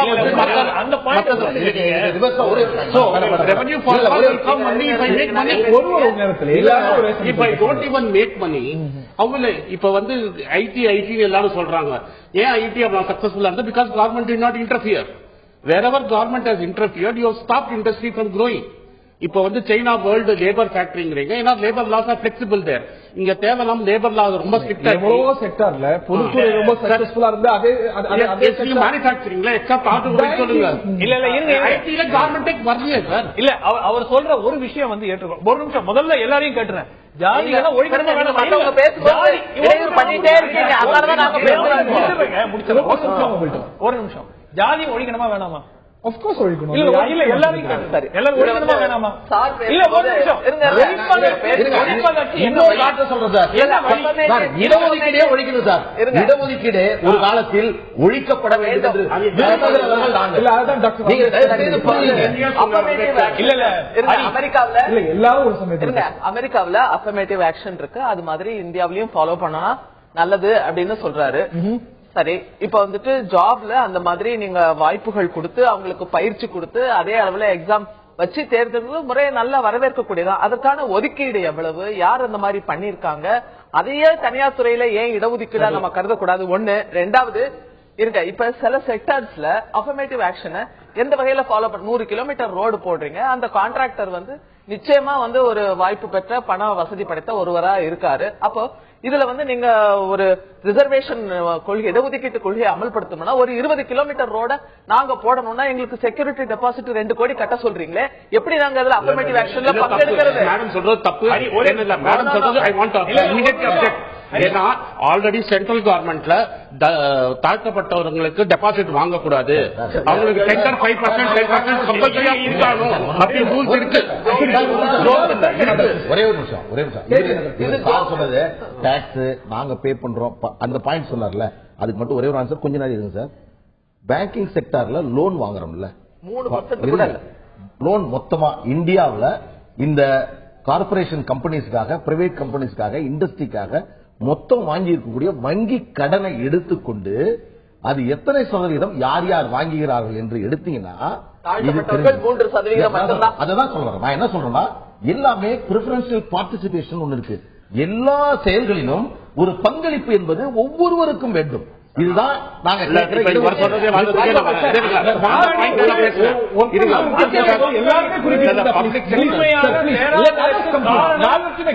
அடிக்கடி வரிப்பணம் பேசிட்டு இருக்காரு. Let him first understand. வரிப்பணம் வந்து இருக்கிறவங்க கிட்ட இருந்து மட்டும் வசூல் பண்றது இல்ல. இந்த கவர்மெண்ட் வந்து அவங்களுக்கு வேலை கொடுக்கறது இல்ல, நிலம் கொடுக்கறது இல்ல, கையும் கால் மட்டுமே வச்சுட்டு பழைக்கிறாங்க. அவங்க கிட்ட இருந்து விற்பனை வரிங்கிற பேர்ல மறைமுக வரி அதெல்லாம் வாங்கி அங்கதானே இன்வெஸ்ட் பண்றீங்க. உண்மையாகவே ஒரு நிமிஷம் சார், நான் முடிச்சேன். ஒரே நிமிஷம். உண்மையாகவே பார்த்தா ஒரு தனியார் துறையில் இன்னைக்கு இனிமே வந்து நீங்க கவர்மெண்ட்ல வேலை வாய்ப்புகள் பெருக போவது இல்லை. அதை வந்து நம்ம புரிஞ்சுக்கணும். சோசியல் இன்இக்வாலிட்டி இருக்கும் வரை ஒரு நேஷன் ப்ரோக்ரஸ் மீனிங்லெஸ்ஸா இருக்கும். பணக்காரர் இன்னும் பணக்காரர் ஆயிட்டு இருக்கான், ஏழை இன்னும் ஏழை ஆயிட்டே இருக்கான். நிச்சயமாக தனியார் துறையில் ஏதேனும் ஒரு அஃபர்மேட்டிவ் ஆக்ஷன் கொண்டு வர வேண்டும். அது வந்து சந்தேகமே கிடையாது. இடஒதுக்கீடை கொண்டு வந்தாலும் தவறில்லை. இருங்க மேடம், இடஒதுக்கீடும் கொண்டு வருவதில் தவறில்லை. அதை நான் அடிச்சு சொல்றேன். இடஒதுக்கீடு கொண்டு வருவது தவறில்லை. ஆனால் உண்மையாகவே அது யாரிடம் சென்று போக வேண்டும் அப்படிங்கறது தான் முக்கியமே. நாளைக்கு வந்து ஒரு ஐஏஎஸ் ஆபீசர் உடைய ஒரு மகனுக்கு இடஒதுக்கீடு கொடுக்க வேண்டுமா, இல்ல ஒரு பாமரம் அதே ஜாதியை சேர்ந்த ஒரு பாமர மக்களோட மகனுக்கு கொடுக்க வேண்டுமா? நீங்க சொல்லுங்க யாருக்கு கொடுக்கணும்? இவங்க என்ன சொல்றாங்க? இவருக்கு அவருக்கும் வித்தியாசம் கிடையாது. அது எப்படி ஏற்றுக்கொள்ள முடியும்? அவரோட பாயிண்ட் என்னன்னா, இப்ப நீங்க ஒரு தனியார் துறையில் வரும்போது இந்த கிரீமி லேயர் மட்டும் தான் பயனடையும். திரு பாலு திரு பாலு, இன்னைக்கு நம்ம உண்மையிலேயே இன்னைக்கு வந்து நம்மளுடைய நாட்டு எடுத்துக்கிட்டா அன்ஆர்கனைஸ் செக்டர் தான் 94%, ஆர்கனைஸ் செக்டர் வெறும் 6%. அதுலயும் தனியார் எடுத்துக்கிட்டா 2.4%. இதுல கான்சென்ட்ரேட் பண்ணி நம்ம வந்து 94% உண்மையிலேயே அரசாங்கத்துடைய உதவி தேவைப்படக்கூடிய அவங்களை ரீஹாபிலிட்டேட் பண்ணாம கோயிங் வித் மிஸ்பிளேஸ் பிரையாரிட்டிஸ் கேள்வி. Sir let him answer sir. எல்லாத்தையும் கேட்டுக்கிறேன், மற்றவர்கள் பதில் சட்டு பெருங்க. ரொம்ப நீங்க அமைதியா இருக்கிறேன். ஏன்னா நான் சொல்றேன் ஒரே பாயிண்ட். இப்ப சார் கூட சொன்னாரு கொண்டு வரட்டும் இடஒதுக்கீடு என்று சொல்றார். ஆனா இன்னைக்கு 60 வருஷம் கழிச்சு இடஒதுக்கீடை மறுபரிசீலனை செய்ய வேண்டிய இடத்தில் நாம் இருந்திருக்கலாம். எப்பன்னா இடஒதுக்கீடை துல்லியமாக விஞ்ஞானபூர்வமாக நடைமுறைப்படுத்தியிருந்தோம் என்று சொன்னால் அண்ணல் அம்பேத்கரே சொல்றாங்க 30 வருஷம் கொடுங்க, அவர்களை முன்னுக்கு கொண்டு வாருங்கள், பிறகு மறுபரிசீலனை செய்யுங்கள். இன்னைக்கு சொல்றாரு 10 ஆண்டுகளுக்கு ஒரு முறை என்று. ஏன் சொல்றாரு? இல்ல இல்ல இல்ல நான் முடிச்சிடறேன்.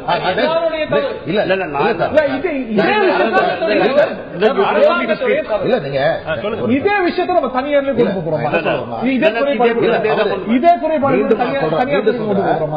இடஒதுக்கீடு என்பதை தவறான புரிதலின் அடிப்படையில் ஏதோ பாதிக்கப்பட்ட மக்களுக்கு வாய்ப்பு வழங்குவதற்காக கொடுக்கக்கூடிய ஒரு சலுகை என்று பார்க்காமல் இது ஒரு பொருளாதாரத்தை, இந்தியாவுடைய முன்னேற்றத்தை, மனிதர்களுடைய வளத்தை பயன்படுத்துவதற்கான ஒரு வாய்ப்பு என்று ஒரு அரசும் சமூக நலத்துறையும் சமூக நீதித்துறையும் நினைத்தால் இன்றைக்கு சமூக நீதியும் இடஒதுக்கீடும் நடைமுறைப்படுத்தப்படுவதும் செயல்படுத்தப்படுவதும் விவாதிக்கப்படுவதும் வேறு விதமாக இருக்கும். ஆனால் இன்றைக்கு எப்படி இருக்கிறது சொன்னால் சார் சொல்றாரு இன்றைக்கு இவர்களுக்கு கொடுக்கணும் என்று சொல்வதே தவறு. இன்றைக்கு எந்த நிலையில இருக்கும்? 60 ஆண்டுகள் சார் இடஒதுக்கீடு என்பது வந்த பிறகு 93 வந்த பிறகு இன்றைக்கு மறு ஆய்வு செய்ய வேண்டிய நிலையில் இருக்கின்ற பொழுது வெறும் 5% மட்டுமே நடைமுறைப்படுத்தப்படுகிறது என்று சொன்னால் இது உண்மையான இடஒதுக்கீடா? இந்த பாதிக்கப்பட்ட மக்களுக்கு 85% மக்களுக்கு கேள்வி எல்லா சமுதாய மக்கள் இன்க்ளூடிங் பிற்படுத்தப்பட்ட மக்கள் தாழ்த்தப்பட்ட மக்களும் இருக்கிற அரசாங்கம் மத்திய அரசாங்கம் இருக்கட்டும் மாநில அரசாங்கம் இருக்கட்டும் ஏன் செயல்படுத்தவில்லை? அதற்கு சொல்றேன், அதிகாரி அரசியல்வாதிகள் ஆட்சி செய்தாலும் கூட இந்த நிர்வாகத்தை செய்யக்கூடிய அந்த பிரிவிலே இருக்கக்கூடியவர்கள் இன்றைக்கும் முன்னேறிய சமூகத்தை சார்ந்தவர்கள் மட்டுமே அந்த இடத்தில் கொள்கை முடிவு எடுப்பவர்களாக இருக்கக்கூடிய காரணத்தினால்தான் இன்றைக்கு நடைமுறைப்படுத்தப்படாது. இன்னொரு செய்தி சொல்றேன், தயவு செய்து மன்னிக்கிறோம். இன்றைக்கு இந்த இடஒதுக்கீடு என்பதையே நாம் வேறு விதமாக ஆய்வு செய்தோம் என்று சொன்னால், நீங்க சொல்ற மாதிரி மற்றவர்கள் சொல்ற மாதிரி முன்னேறிய சமூகத்தில் பாதிக்கப்பட்டிருப்பவர்களுக்கு கூட இந்த வாய்ப்பை நாம் வழங்க முடியும். ரொம்ப சுருக்கமாக என்னன்னா கம்ப்ளீட்டா ஸ்டேட்டோட ஃபெயிலியர் பிரைவேட் செக்டர்ல இவங்க ஸ்கூல் ஒழுங்கா நடத்தல, காலேஜ் ஒழுங்கா நடத்தாம people are unskilled. If there is skill today, social responsibility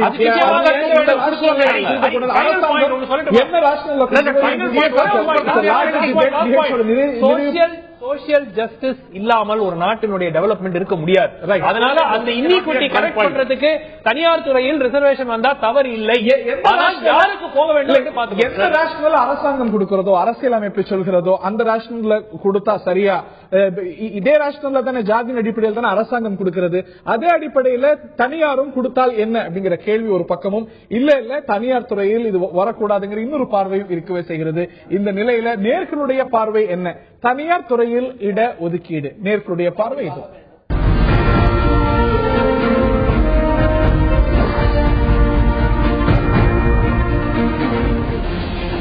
தனியார் துறையில் இடஒதுக்கீடு அவசியம் என்று 54%, கூடாது என்று 34%, இது திணிக்கப்படக்கூடாது தனியார் துறையின் மீது என்று 12% சொல்லியிருக்கிறார்கள்.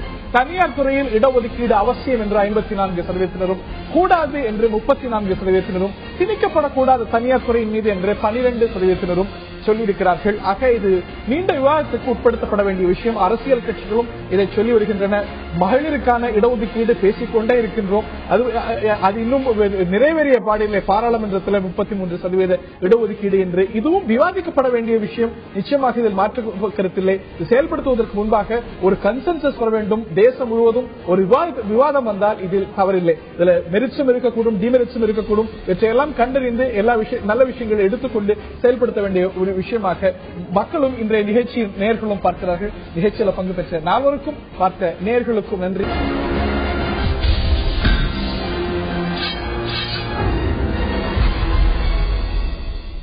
மத நல்லிணக்கம் பேசும் ஒபாமா ஏற்கத்தக்கதா, உள்நோக்கமா இல்ல அத்துமீறலா என்ற கேள்வி எழுந்திருக்கிறது. திரு ஆனந்த், உங்களுடைய முதற்கட்ட பார்வை. தப்பா ஒன்னும் சொல்லல. அவரு article 25 of the Indian constitution இங்க பேச சிறுசி போர்ட்ல பேசுறத கூட அவர் அதுதான் சொன்னார். அவர் சொல்ல யாருங்க அப்படியே நீங்க மத்த ஊரை பத்தி நம்ம ஹிட்லர் ஒருத்தர் இருந்தாரு ஜெர்மனில, உலகமே பேசிட்டு அப்ப யாரும் கேட்கல. உங்களுக்கு அட்வான்ஸா வார்னிங் சொல்றாரு, உங்க ஊர்ல சரியா நடக்கல. இல்ல, இந்த நாடு ஒரு ஜனநாயக நாடு, ஒரு இறையாண்மை இருக்கக்கூடிய நாடு, ஒரு சாவரன் கண்ட்ரி. இந்த நாட்டுல 1000 பிரச்சனைகள் இருக்கு. எல்லா நாட்டிலும் 1000 பிரச்சனைகள் இருக்குது. It is our internal issues. நிச்சயமா இதை பற்றி பேசுவதற்கு உங்களுக்கு உரிமை இருக்கிறது, எனக்கு உரிமை இருக்கிறது, சோனியா காந்திக்கு உரிமை இருக்கிறது, பிரகாஷ் காரத்துக்கு உரிமை இருக்கிறது. Who is Obama? இன்னைக்கு இந்த நாட்டில் ஆர்டிகல் 25 குறித்து பல சட்ட வல்லுநர்கள் இங்க பாடம் எடுக்கலாம். ஒபாமாக்கு எடுக்கிறதுக்கு என்ன அவசியம்? ஏன் கிடையாது. இப்ப நம்ம இப்ப உங்க பிரகாஷ் காரட் இருக்கிறாரு, அமெரிக்கால என்ன நடக்கிறதுன்னு டெய்லி அதை பத்தி தான் பேசிட்டு இருக்காரு. உலகத்துல யார் வேணா எங்க வேணா concern citizen can definitely talk. இன்னொரு நாடு, இன்னொரு ஒரு சாவரன் கண்ட்ரி, ஒரு இறையாண்மை கொண்ட ஒரு நாட்டில் இருக்கக்கூடிய பிரச்சனை. சரி, நாளைக்கு நரேந்திர மோடியோ இல்லாட்டி வேற ஒரு நாட்டு அதிபரோ போய் இன்னைக்கு இந்த நாட்டுல கருப்பின மக்கள் எல்லாம் இந்த அளவுக்கு பாதிக்கப்பட்டிருக்காங்க. ஸ்ரீலங்கா பத்தி பேசாம இருந்தீங்களா?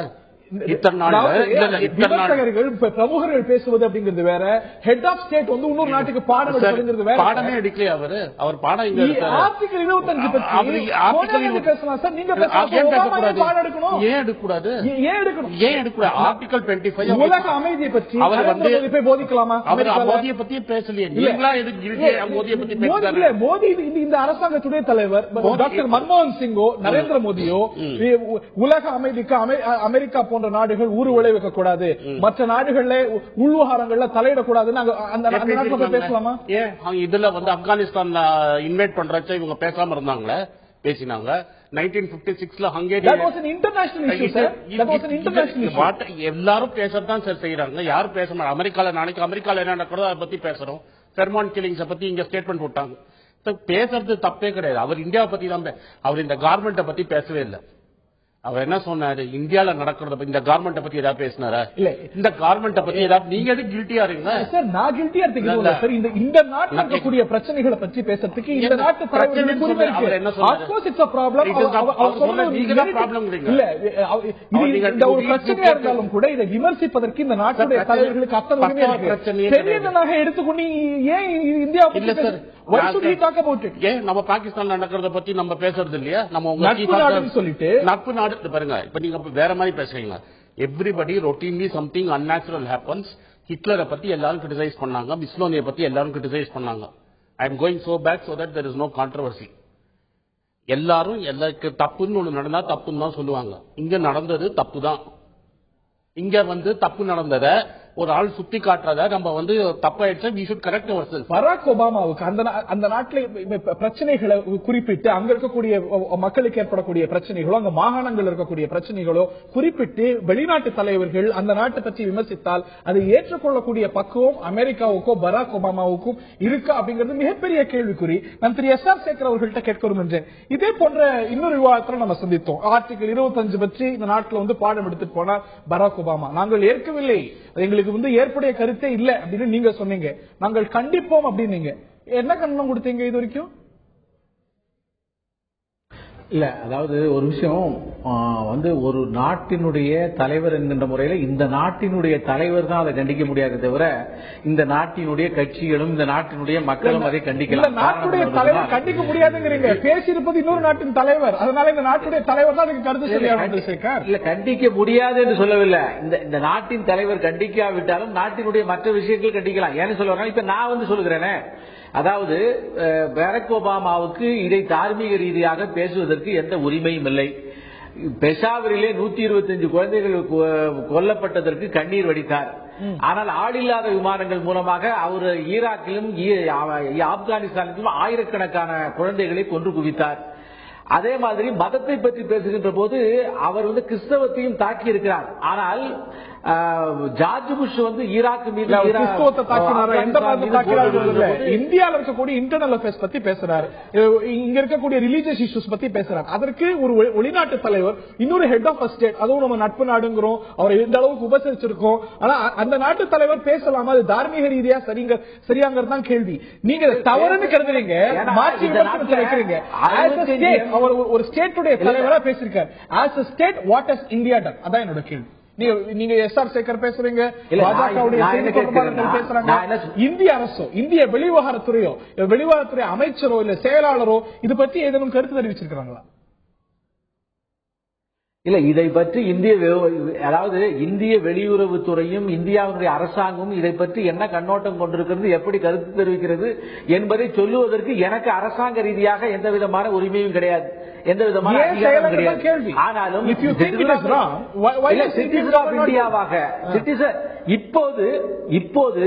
இப்போது சிட்டிசன் ஆஃப் இந்தியாவாக மட்டுமே என்னாலே பதில் சொல்ல முடியும். என்னிடம் இருக்கிறது. இன்டர்நேஷனல் ஸ்டேஜ்ல ரெப்ரசென்ட் பண்றது யாரு? Head of this government which is திரு நரேந்திர மோடி. இல்ல, இந்த நாட்டுடைய வெளிவிவகாரத்துறை அது என்ன கருத்து சொல்லிருக்கு? அமைதி. அப்படின்னா ஒபாமா சொல்வது சரி. ஹரிக்கு நான் ஒரே ஒரு விஷயத்தை மட்டும் சொல்ல விரும்புகிறேன். அதாவது இந்த நாட்டினுடைய அரசாங்கம் இதற்கு என்ன பதில் சொல்லி இருக்கிறது என்பது உங்களாலையும் என்னாலையும் பதில் சொல்ல முடியாத ஒரு விஷயம். ஒரு விஷயத்தை பதில் சொல்லலாம். இதை சொன்ன ஒபாமா சரியான விஷயம், ஒபாமா சொன்னது சரி, அவர் ஏன் சொல்லக்கூடாது என்று நண்பர் ஆனந்த் கேட்டார்.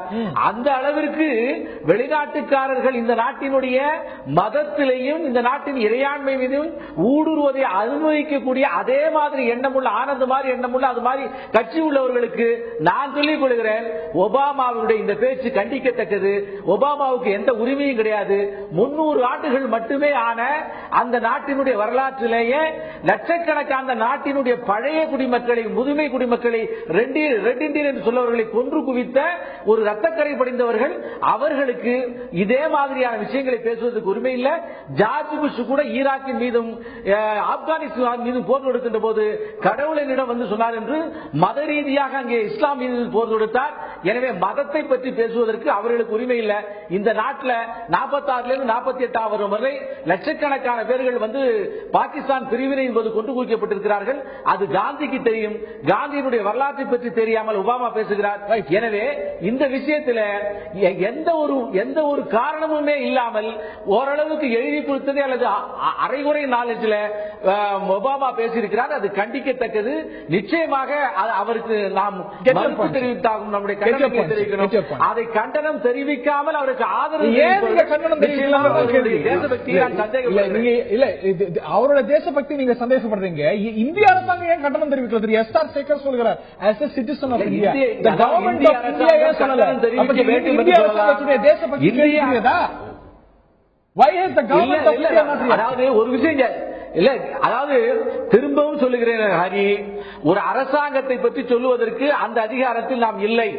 இண்டிவிஜுவலை பற்றி மட்டுமே அரசாங்கத்தை ஆளக்கூடிய கட்சியுடைய பிரமுகர் நீங்க. அதனால இந்த கேள்வி உங்களுக்கு சொன்னேன். அரசாங்கத்திடம் என்ன கேட்க வேண்டும், என்ன வேண்டும் என்பதை நாம் நிச்சயமாக சொல்லுகின்ற இடத்துல இருக்கோம். நிச்சயமாக இல்ல. இந்த அரசாங்கம்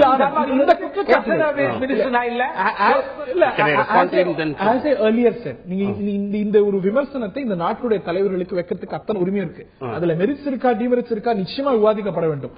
ஆனா இதை சொல்றதுக்கான தார்மீக உரிமை நீங்க வந்து மத நல்லிணக்கம் குறித்தோ இல்லாட்டி அமைதியை பற்றியோ பேசறதுக்கு பாடம் நடத்துவதற்கு இந்தியா போன்ற ஒரு பெரிய மனோபாவத்தோட பாடம் நடத்துவதற்கு அமெரிக்காவுக்கும் ஒபாமாவுக்கும் என்ன தார்மீக அருகதை சொல்லாம? அவர் காந்தியை பத்தி பேசினாரு.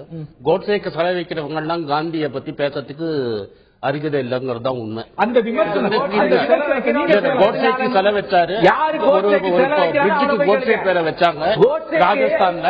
அதுக்கப்புறம் சாரின்னு சொன்னாங்க. இருங்க, அது ரைட்.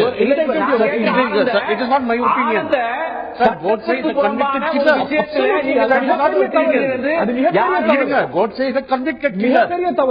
அதை அது பற்றி பேசுறதுக்கு நீங்க தப்பு பண்ணீங்கன்னா ஒரு head of when we have good relations, when there is a claim good friend தான் சார் நீங்க பண்றது தப்புன்னு சொல்லுவான், எனிமியா சொல்லுவான். சரி, அமெரிக்கா பண்றது நம்ம சொல்லலாம். அந்த தார்மீக உரிமை அமெரிக்காவுக்கு இல்ல. எல்லாருக்கும், அமெரிக்காவுக்கு மட்டும் இல்ல சார், எல்லாருக்குமே உண்டு. தப்பு நடந்தா, ஒரு தப்பு நடந்தா யார் வேணா கேள்வி கேட்கலாம். யார் சரியா இருக்காங்களோ அவங்க தான் கேள்வி கேட்கலாம். அவங்க சரியா இல்ல, நீங்க தப்பு, அவங்க தப்பு, என்ன தப்பு டாலரன்ஸ் எல்லாம் பத்தி பேசும்பொழுது அமெரிக்கால வந்து இவ்வளவு அநியாயங்கள் நடக்கிறது, வியட்நாம், ஆப்கானிஸ்தான், உலக அமைதிக்கு நீங்க பேச மாட்டேங்கிறாரு.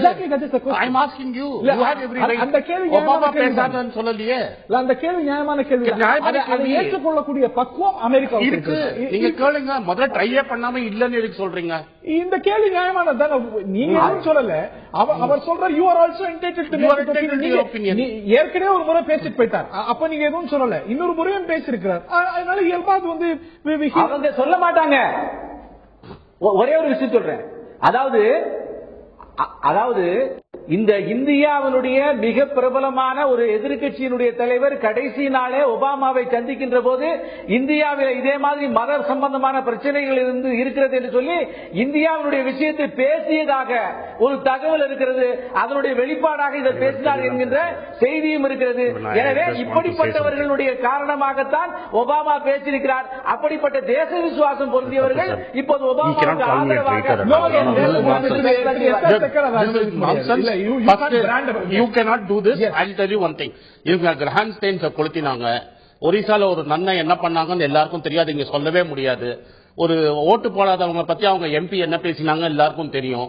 நேற்று கன்னிகாஸ்திரிகளை என்ன எவ்வளவு தூரம் போலீஸ் அடிச்சு கொடுமைப்படுத்தி இருக்குன்னு எல்லாருக்கும் தெரியும். டிவியில பார்த்தோம். இது மாதிரி நடக்கிறத உலகத்துல எல்லாரும் தப்புன்னு சொல்லுவாங்க. இவங்க நம்ம காட்டு பிராண்டித்தனமா அந்த பொம்பளைங்களை அடிச்சாங்க, போலீஸ் தூக்கி வேன்ல வச்சு கூட்டு போனாங்க சர்ச் லேடிஸ். இப்படியா பிஹேவ் பண்ணுவாங்க ஒரு ஸ்டேட்? டெஃபினட்டா கேட்பாங்க. அப்ப சொல்லட்டுமே, அதாவது children and ladies were beaten yesterday.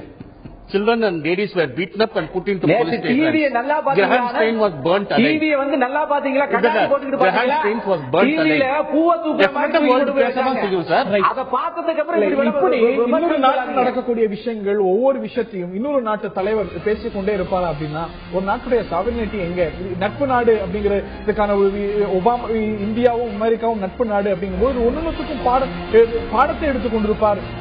இந்த மாதிரியான ஒவ்வொரு உள்நாட்டு விவகாரங்களுக்கும் கருத்து தெரிவித்திருப்பார் அப்படின்னா ஒரு பெரிய மனோபாவத்தை அமெரிக்கா காட்டுகிறதாங்கிற கேள்வி எழுகிறது. மேலும் பல கேள்விகள் எழுந்திருக்கின்றன. நேர்களே, விரிவாக பேசுவோம், விவாதிப்போம். ஒரு சிறிய இடைவெளி.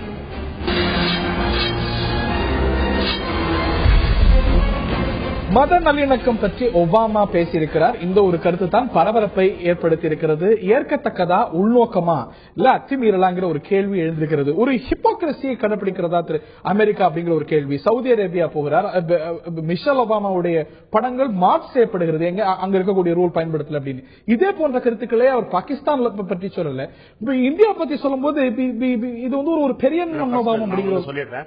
2008 உலகத்துல ஒரு பெரிய கிரைசிஸ் வந்தபோது மன்மோகன் சிங்கும் பொலைட்டா அமெரிக்கா தப்பு பண்ணிடுச்சு, டெவலப் நேஷன்ஸ் தப்பு பண்ணிடுச்சுன்னு ரொம்ப கிளியரா பேசினார். Develop nations America as Wall Street சொன்னார். அப்ப வந்து ஒன்னும் nobody in American press reacted so badly. Here you are guilty, நீங்க தப்பு பண்ணிட்டீங்க. ஆஸ் அ சொசைட்டி நம்ம தப்பு பண்ணிட்டு இருக்கிறோம், பண்ணிட்டோம். அந்த தப்பு ரைட் அப்படிங்கறது பிரதமர் தவறு செய்தால் பிரதமர் அவர் சொல்லல சார். பிரதமர் இந்த பிரதமரை பற்றியும் இந்த நாட்டில் இருக்கக்கூடிய பிரச்சனைகளை பற்றி பேசுறதுக்கு இந்த நாட்டுடைய தலைவர்களுக்கு அத்தனை உரிமை இருக்குது. இன்னொரு நாட்டு தலைவர் ஏன் சொல்லும் இங்க நடக்கிறது? நீங்க இன்னும் அதை கண்ட்ரோல் பண்ணல. Home minister has not control. Why blame the prime minister? நீங்க ஏன் பிரைம் மினிஸ்டர் போறீங்க? It is the job of the home minister and the states to do it. ஒரிசால நடந்தது, அதுக்கு என்ன ஆக்ஷன் எடுத்தாங்க? ஒன்னும் எடுக்கல. அதுக்கப்புறம் ஒரு நன்னை ரொம்ப அசிங்கப்படுத்தினாங்க, அதுக்கு என்ன ஆக்ஷன் எடுத்தாங்க? எடுக்கல. 5 சர்ச்சு எரிஞ்சு போயிடுச்சு டெல்லியில, ஆக்ஷன் எடுத்தாங்க? எடுக்கல. நீங்க இது மாதிரி ரிப்பீட் ஒன் ஆஃப் இன்சிடென்ட்டை யாரும் சொல்லல. There is a repeated accidents are happening. If I may call it accidents, a repeated set of accidents are happening. People will ask all over the world. Your constitution, adopted by even people belonging to the Hindu Mahasabha, Shyama Prasad Mukherjee was a member of the Constituent Assembly. என்ன வேணா அவர் ட்ரைட்டர்னு சொல்லிடலாம். ஷியாமா பிரசாத் முகர்ஜி அவர் ட்ரைட்டர்னு சொல்லிட மாட்டாரு. ஷியாமா பிரசாத் முகர்ஜியும் இருந்தார். Article 25 object பண்ணல ஷியாமா பிரசாத் முகர்ஜி. இப்போ நீங்க article 25 மறந்துட்டு செயல்படுத்தப்படணும் நீங்க பண்ணலன்னா உலகம் சொல்லுங்க. If your track record for several years is that you have not implemented it, the world is asking why are you not implementing it? இப்படி ஒவ்வொரு நாட்டிலும் நடக்கக்கூடிய ஒவ்வொரு விஷயத்தையும் இன்னொரு நாட்டுடைய தலைவர்கள் தலையிட்டே இருந்தா எங்க போய் முடிங்கிற கேள்வி இருக்கு. ஹிட்லர் டைம்ல கேட்காதனாலதான் அவ்வளவு மர்டர்ஸ் ஆச்சாங்க. இல்ல, நான் எஸ்.ஆர். சேகர் அவர்கள்ட்ட கேட்க விரும்புகிறேன். ஒபாமா என்ன கருத்தை சொல்கிறாரோ, இன்னைக்கு செக்யூலரிசம் பற்றி அவர் சொல்லக்கூடிய கருத்துக்கள் இதுதான். இந்த நாட்டில் பலரும் உங்களுடைய கூட்டணி கட்சிகள் இருந்து இந்த நாட்டில் இருக்கக்கூடிய பலரும் இந்த ஒரு குற்றச்சாட்டை வைக்கிறாங்க. as he says, இன்னொரு ஒரு ஹெட் ஆஃப் ஸ்டேட் சொல்லும் பொழுது, இல்ல ஒரு பொதுவா ஒரு பொலைட்டா சொல்லும் பொழுது அது தவறு காண முடியுமாங்கிற இன்னொரு கேள்வியும் எழுது. சேகர், இல்ல, நான் ஒரே ஒரு விஷயத்தை சொல்ல விரும்புகிறேன். 2002 வந்து அமெரிக்கா வாஜ்பாய் அவர்கள் அமெரிக்கா போன போது அங்கே பத்திரிகையாளர்கள் வாஜ்பாயை கேள்வி கேட்கிறார்கள். உங்கள் நாட்டினுடைய எதிர்க்கட்சி தலைவர் இத்தாலியை சேர்ந்தவர், இந்தியாவுடைய குடியுரிமை பெற்றிருக்கிறார், அவரை பற்றி நீங்கள் உங்களுடைய கருத்து என்ன என்று கேட்கிறார். அதற்கு எங்கள் நாட்டினுடைய எதிர்க்கட்சி தலைவியை பற்றி பேசுவதற்கு உங்களுக்கு அருகதை இல்லை, நீங்கள் குற்றம் சாட்ட வேண்டாம், நாங்கள் இணக்கமாக இருக்கிறோம், எங்கள் நாட்டில் எல்லாமே நல்லாக நடைபெற்றுக் கொண்டிருக்கிறது என்று சொல்லுகிறார். ஆனால் இந்த நாட்டினுடைய எதிர்க்கட்சி தலைவி ஒபாமாவை பார்த்த பிறகுதான் அடுத்த நாளைக்கு இதே மாதிரி ஒரு ஸ்டேட்மெண்ட் வருது. ஆக இப்ப இந்தியாவிலே வந்து மதங்களுடைய முன்னாலே விஷயத்தை பார்க்கின்ற போது காங்கிரஸ் கட்சிக்கு ஆனந்த் சொல்லுகிறதை பார்க்கும் போது காங்கிரஸ் கட்சிக்கு இயல்பாகவே இப்படிப்பட்ட விஷயங்கள் இருக்கிறது.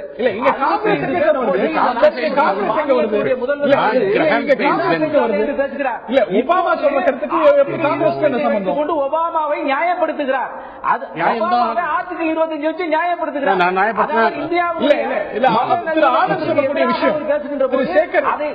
ஆனந்த் சொல்லக்கூடிய விஷயம் நீங்க யாரும் சொல்லாத ஒபாமா சொல்லல. இந்த விமர்சனங்கள் இந்த நாட்டிலும் இருக்கிறது. இங்க இருக்கக்கூடிய அத்தனை அரசியல் கட்சிகளும் வைத்துக் கொண்டிருக்கிறார்கள். It is out in the public domain. இந்த விமர்சனங்கள் எல்லாராலும் வைக்கப்படுது. சோ ஆப்வியஸா இது வந்து ஒரு உலக அரங்கத்தில் பார்க்கப்படும் போது இன்னொரு உலக தலைவரும் இதை பற்றி கருத்து சொல்கிறார்.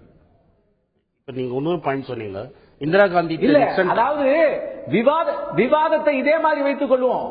பாரதிய ஜனதா கட்சி மீது இந்த குற்றச்சாட்டை ஒபாமா சாட்டி இருந்தால் இல்ல அவர் கேட்பது போல பாரதிய ஜனதாங்கிற வரியை அவர் பயன்படுத்தவே இல்லை, வரியை பயன்படுத்தவே இல்லை, மோதின்னு சொல்லவே இல்லை. நான் சொல்ல வருகிற விஷயம் என்னன்னா, இந்த நாட்டினுடைய எல்லைக்குள்ளே இருக்கிற பிரச்சனையை, இந்த நாட்டினுடைய எல்லைக்குள்ளே இருக்கிற பிரச்சனையை நாம் பேசி தீர்த்து கொள்ள வேண்டும். இந்த நாட்டுக்குள்ளே இருக்கக்கூடிய விஷயத்தை வெளிநாட்டுக்காரனுடைய தீர்ப்புக்கு விடுகின்ற அளவிலே நாம் தரமுறை அந்த நிலைக்கு கொண்டு போனது யார்? அந்த நிலைக்கு கொண்டு போனது யார்? நீங்க ஒரு சர்ச்சைகள் பார்க்கப்படுது, வழிபாட்டு தலங்கள் பாதிக்கப்படுது, இன்னைக்கு பல அமைப்புகளுடைய செயல்பாடுகள். இதை பற்றி பேசுவதற்கு ரைட் இருக்கிறது. பேசியது யார்? ஆனந்த் அவர்கள் பேசினார். சம்பந்தம் இல்லாத பல உதாரணங்களை சொன்னார் அல்லவா? ஆகவே அதுதானே காங்கிரசுடைய மூடு, அதுதான் காங்கிரசுடைய கலாச்சாரம். இந்த நாட்டின் பிரச்சனையை வெளியே எடுத்துக் கொண்டு போய் ஆதரித்துக் கொண்டிருக்கிறார்கள். ஆகவேதான் சொல்கிறேன், பாரதிய ஜனதா கட்சியை பற்றி அவர்கள் சொன்னார் என்று சொன்னால் விவாதத்துக்கு தயார், காங்கிரசோடு மோதுவதற்கு தயார். வெளிநாட்டினுடைய எப்படிப்பட்ட பொறுப்பில் இருந்தாலும் கூட இந்த நாட்டை பற்றி பேசுவதற்கு அவர்கள் உரிமையில் இருக்கின்ற போது ஒன்றாக எழுந்து அதை எதிர்ப்பதுதான் மரபு என்பதை நாம் தெரிந்து கொள்ள வேண்டும். இடதுசாரிகள் கூட ஒபாமாவை கண்டனம் செய்தவர்கள் இதற்கு ஆதரவு தெரிவிக்கிறார்கள். இவர் சொல்ற மாதிரி நான் காங்கிரஸ் கட்சியோ எந்த கட்சியோ கிடையாது, நான் ஒரு இண்டிபெண்டன்ட் ஒப்பீனியன். அவர் ஒரு பெரிய constitutional expert. Obama is a big constitutional expert. Audacity of Hope ஒரு புக் எழுதியிருக்காரு, அதுல படிச்சீங்கன்னா ஒரு கான்ஸ்டிடியூஷன் என்ன சொல்றாரு, ஒரு constitution is a dialogue between a nation and its consciousness. Politics வரதுக்கு முன்னாடி எழுதியிருக்காரு அவர். It's a dialogue between a nation and its conscience. இங்க வந்திருக்காரு, இங்க நடக்கிறத பாக்குறாரு, அதை வச்சு அவர் ஒப்பீனியன் சொல்றாரு. அவர் எந்த கட்சியை பத்தியும் பேசல, எந்த கவர்மெண்ட்டை பத்தியும் பேசல, பிரைம் மினிஸ்டர் பத்தி பேசல. And it is also historically proven when a country brings religion in front, ஒரு நாடு ரிலிஜனை ஃப்ரண்ட்ல கொண்டு வந்தா அந்த நாடு முன்னேறினதா ஹிஸ்டரிய சரித்திரமே கிடையாது. ஸ்பெயினும் இங்கிலாந்தும் ஒரு 300-400 years back were equal powers. Spain went behind Catholicism and religion. அதெல்லாம் மாற்றுக்கிறது இல்ல சார். இன்னைக்கு இந்த அடாசிட்டி ஆஃப் ஹோப் எல்லாம் எழுதியிருக்கிறாரு, அங்கேயே 1000 குறைபாடுகள் இருக்கிறது. கான்ஸ்டிடியூஷன் எக்ஸ்பர்ட் அவர், அந்த கான்ஸ்டிடியூஷன் படி அந்த நாட்டுடைய செயல்பாடுகள் இருந்துட்டு இருக்கா? இன்னைக்கு வந்து அமைதியை போதிக்கக்கூடிய அமெரிக்கா அமைதியை தான் உலகத்துல நிலைநாட்டிருக்கா? இதெல்லாம் சொல்றதுக்கு அமெரிக்காவுக்கோ ஒபாமாவுக்கோ இந்திரா காந்தி நிக்சனை பத்தி பேசும்போது அவங்க ஒன்னும் இது மாதிரி தகராறு பண்ணலையே. நிச்சயமாக how rude America was to Srimathi Indira Gandhi பதிவு செய்தார்கள். என்னென்ன வார்த்தைகள் இந்த நாட்டுடைய பிரதமர் ஸ்ரீமதி இந்திரா காந்தி மீது ஒரு அரசாங்கத்துடைய தலைவர், அந்த நாட்டுடைய தலைவர், இந்த ஒரு அன்பார்லிமெண்டரியான வார்த்தை ஸ்ரீமதி இந்திரா காந்தி பயன்படுத்தப்பட்டிருக்கிறது. Whatever the case is, that is public domain today. That is after 40 years. இல்ல but what I am saying is Indira Gandhi எல்லாருக்கும் என்ன வார்த்தை பிரயோகம் செஞ்சாங்க அவங்க? சார் நான் ஒன்னு சொல்றேன், இந்திரா காந்தி அது 40 years கழிச்சு நீங்க பேசுறீங்க. இந்திரா காந்தி வாஷிங்டன்லயே போய் நீங்க என்ன நாட்டை பத்தி யாரும் பேசலங்கிறதுக்காக நான் சொல்றேன், இந்த பிரைம் மினிஸ்டர் பேசல. ஆனா இந்திரா காந்தி அமெரிக்கா தப்பு பண்ணும்போது அதே வாஷிங்டன்ல போய் பிரசிடென்ட் பண்ணது தப்புன்னு நம்ம இந்திரா காந்தி தான் சொன்னாங்க தைரியமா. அது மாதிரி ஏன் இவங்க சொல்ல மாட்டேங்கிறாங்க? Exactly that's the question. That is what I like. S R Sekar பேசுகிறார், கோவப்படுகிறார். ஆனால் பாரத பிரதமரோ இந்திய நாட்டுடைய வெளிவாரத்துறை அமைச்சரோ ஒபாமா அமெரிக்காவுக்கோ ஒபாமாவுக்கோ இதை பற்றி பேச வேண்டிய அவசியம் இல்லை. ஒபாமாவை பற்றி ஒபாமாவுடைய விஷயங்களை கண்டிப்பதற்கு காங்கிரசுக்கு தெம்பில்லை, திராணியிலே. காங்கிரஸ்காரர்கள் ஆதரிக்கிறார்கள், வரவேற்கிறார்கள். அவர் பேசியது அதற்காக ஒரு சாதாரணமான காங்கிரஸை சார்ந்த ஒருவருக்கு ஒபாமாவை கண்டிப்பதற்கு தைரியம் இல்லை. நான் எதிர்க்கிறேன், நான் கண்டனம் தெரிவிக்கிறேன். பாரதிய ஜனதாவின் சார்பிலே திரு எஸ்ஆர் சேகர் இருக்கிறார், பாரதிய ஜனதாவுடைய செய்தி தொடர்பாளர்கள் இருக்கிறார்கள். இந்திய நாட்டு விஷயத்தை பற்றி பேசுகிறார்கள். அதற்கு ஒபாமாவுக்கு தார்மீக உரிமை இல்லை அப்படின்னா ஏன் இந்திய அரசாங்கம் இது சார்ந்த தகவல் எதுவும் தெரிவிக்கல, தன்னுடைய கருத்துக்களை வெளிப்படுத்தலங்கிற ஒரு கேள்வி மிக நியாயமான ஒரு கேள்வி. மத நல்லிணக்கம் சார்ந்து மத நல்லிணக்கம் இருக்க வேண்டும், அது எக்காரணத்தை கொண்டும் சிறப்பான முறையில் பேணி காக்கப்பட வேண்டும், அதற்கு எந்த பாதகமும் ஏற்படக்கூடாது. there should not be a danger to the secular fabric of this country என்பதிலெல்லாம் மாற்று கருத்தில்லை. ஆனால் இதை பற்றி பேசுவதற்கு ஒரு வெளிநாட்டு தலைவருக்கு, குறிப்பாக ஒபாமாவுக்கு, அமெரிக்காவுக்கு தார்மீக உரிமையும் அருகதையும் இருக்கிறதாங்கிற ஒரு கேள்வி எழவே செய்திருக்கிறது. நிகழ்ச்சியில் பங்கு பெற்ற திரு ஆனந்த் அவர்களுக்கும் திரு எஸ்ஆர் சேகர் அவர்களுக்கும் பார்த்த நேயர்களுக்கும் நன்றி கூறி விடைபெறுகின்றோம்.